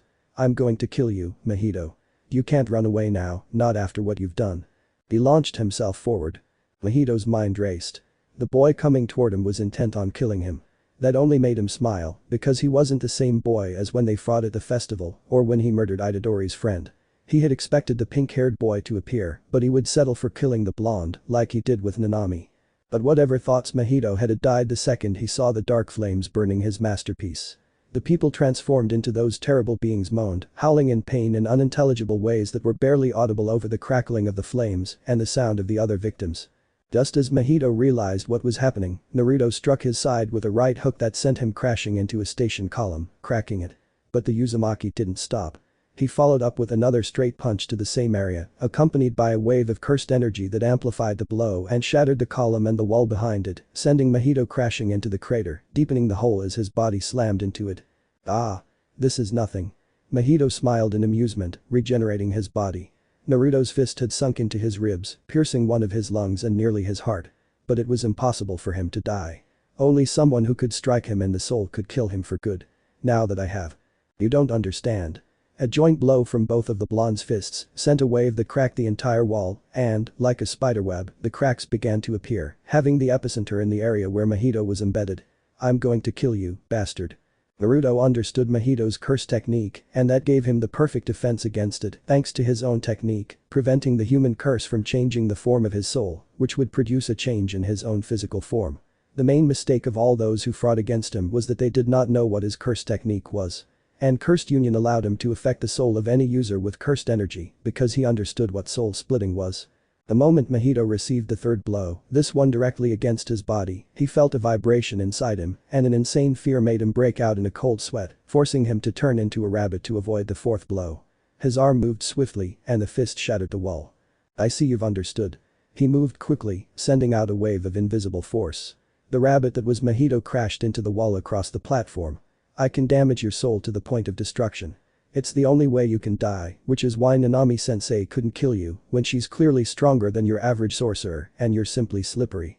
I held back at the time, thinking of the plans you could pull off. But no more." Disappear. Chapter 18. Jito Sugura's eyes remained fixed on the confining prison anchored to the ground, cracking from its weight. The eyes that characterized the cursed object were closed and his skin had turned pale after having been burning red, as if he had eaten some kind of spicy food before taking on that pale, stone-like color. He didn't move from that spot for the next 10 minutes, always keeping his eyes fixed on the object where Gojo Saturo was sealed, his arms crossed and intertwined inside the enormous sleeves of his garment. The priority and main objective of his plan had always been to seal the bearer of the six eyes, his nemesis, the one who always appeared to stop him. He managed to kill a bearer hundreds of years ago and another was killed by Mahoraga when the bearer confronted the leader of the Zenin clan.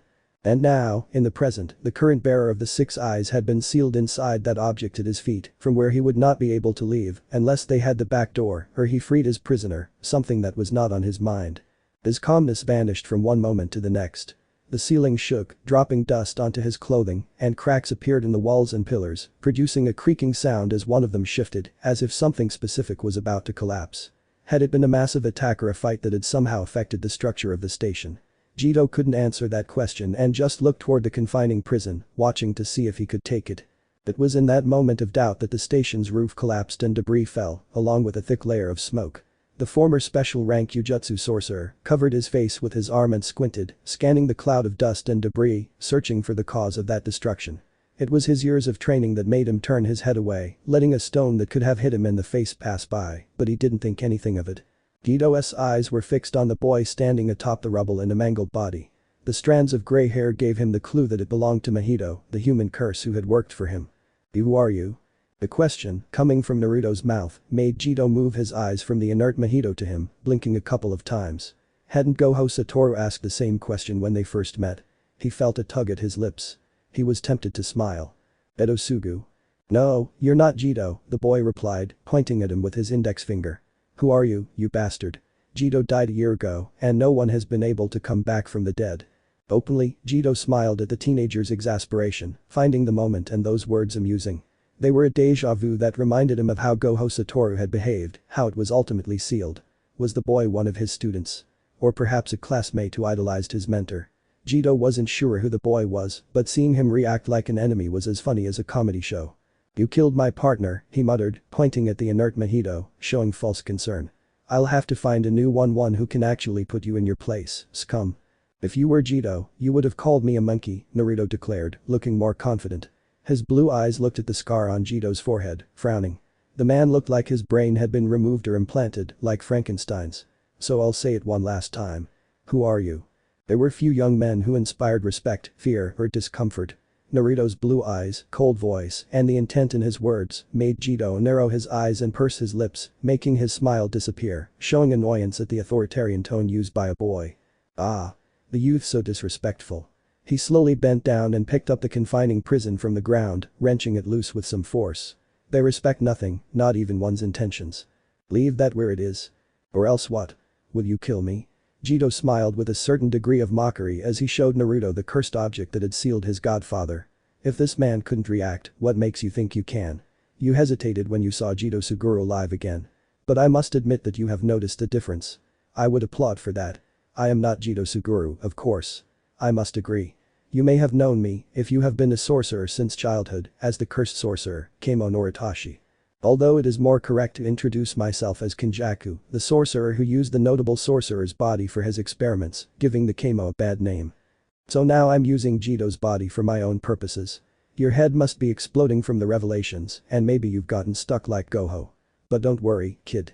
There's still time to tell you the whole story. It's not necessary. I don't mind, in fact, the teenager said, nodding. I knew Jito was dead, and that was the only variable that didn't fit. You seem to have some sort of ritual for occupying people's bodies, probably only sorcerers, and if you're using Jito's, it must be because of his curse technique, which leads me to believe you can possess and use the techniques from those bodies you've used. Is that correct? I should say you're on the right track.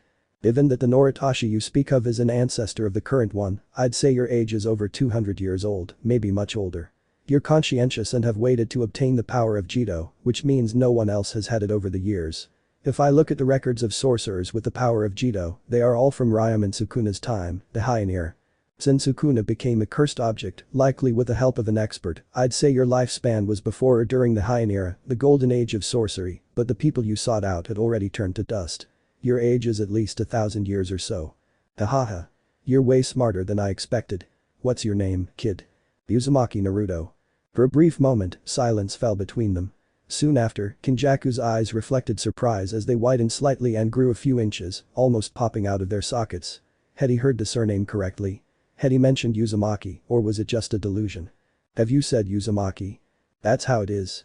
The surprise didn't go unnoticed by Naruto, who narrowed his eyes at Kenjaku. The Uzumaki were at their peak during the Heian era, like all sorcery clans, serving the imperial family at that time. It wasn't unusual for someone as old as Kenjaku to know his last name, especially if he lived during the Heian era. But his reaction was strange, as his eyes widened slightly, showing more surprise than usual for a surprised person, as if he had never expected it.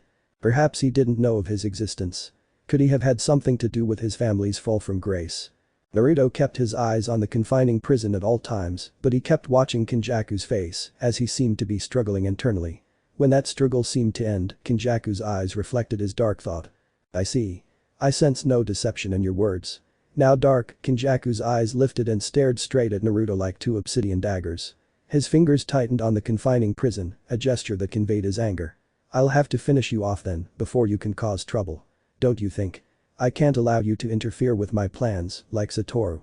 Don't mention my godfather's name so casually, bastard. And you could give me back that confining prison now.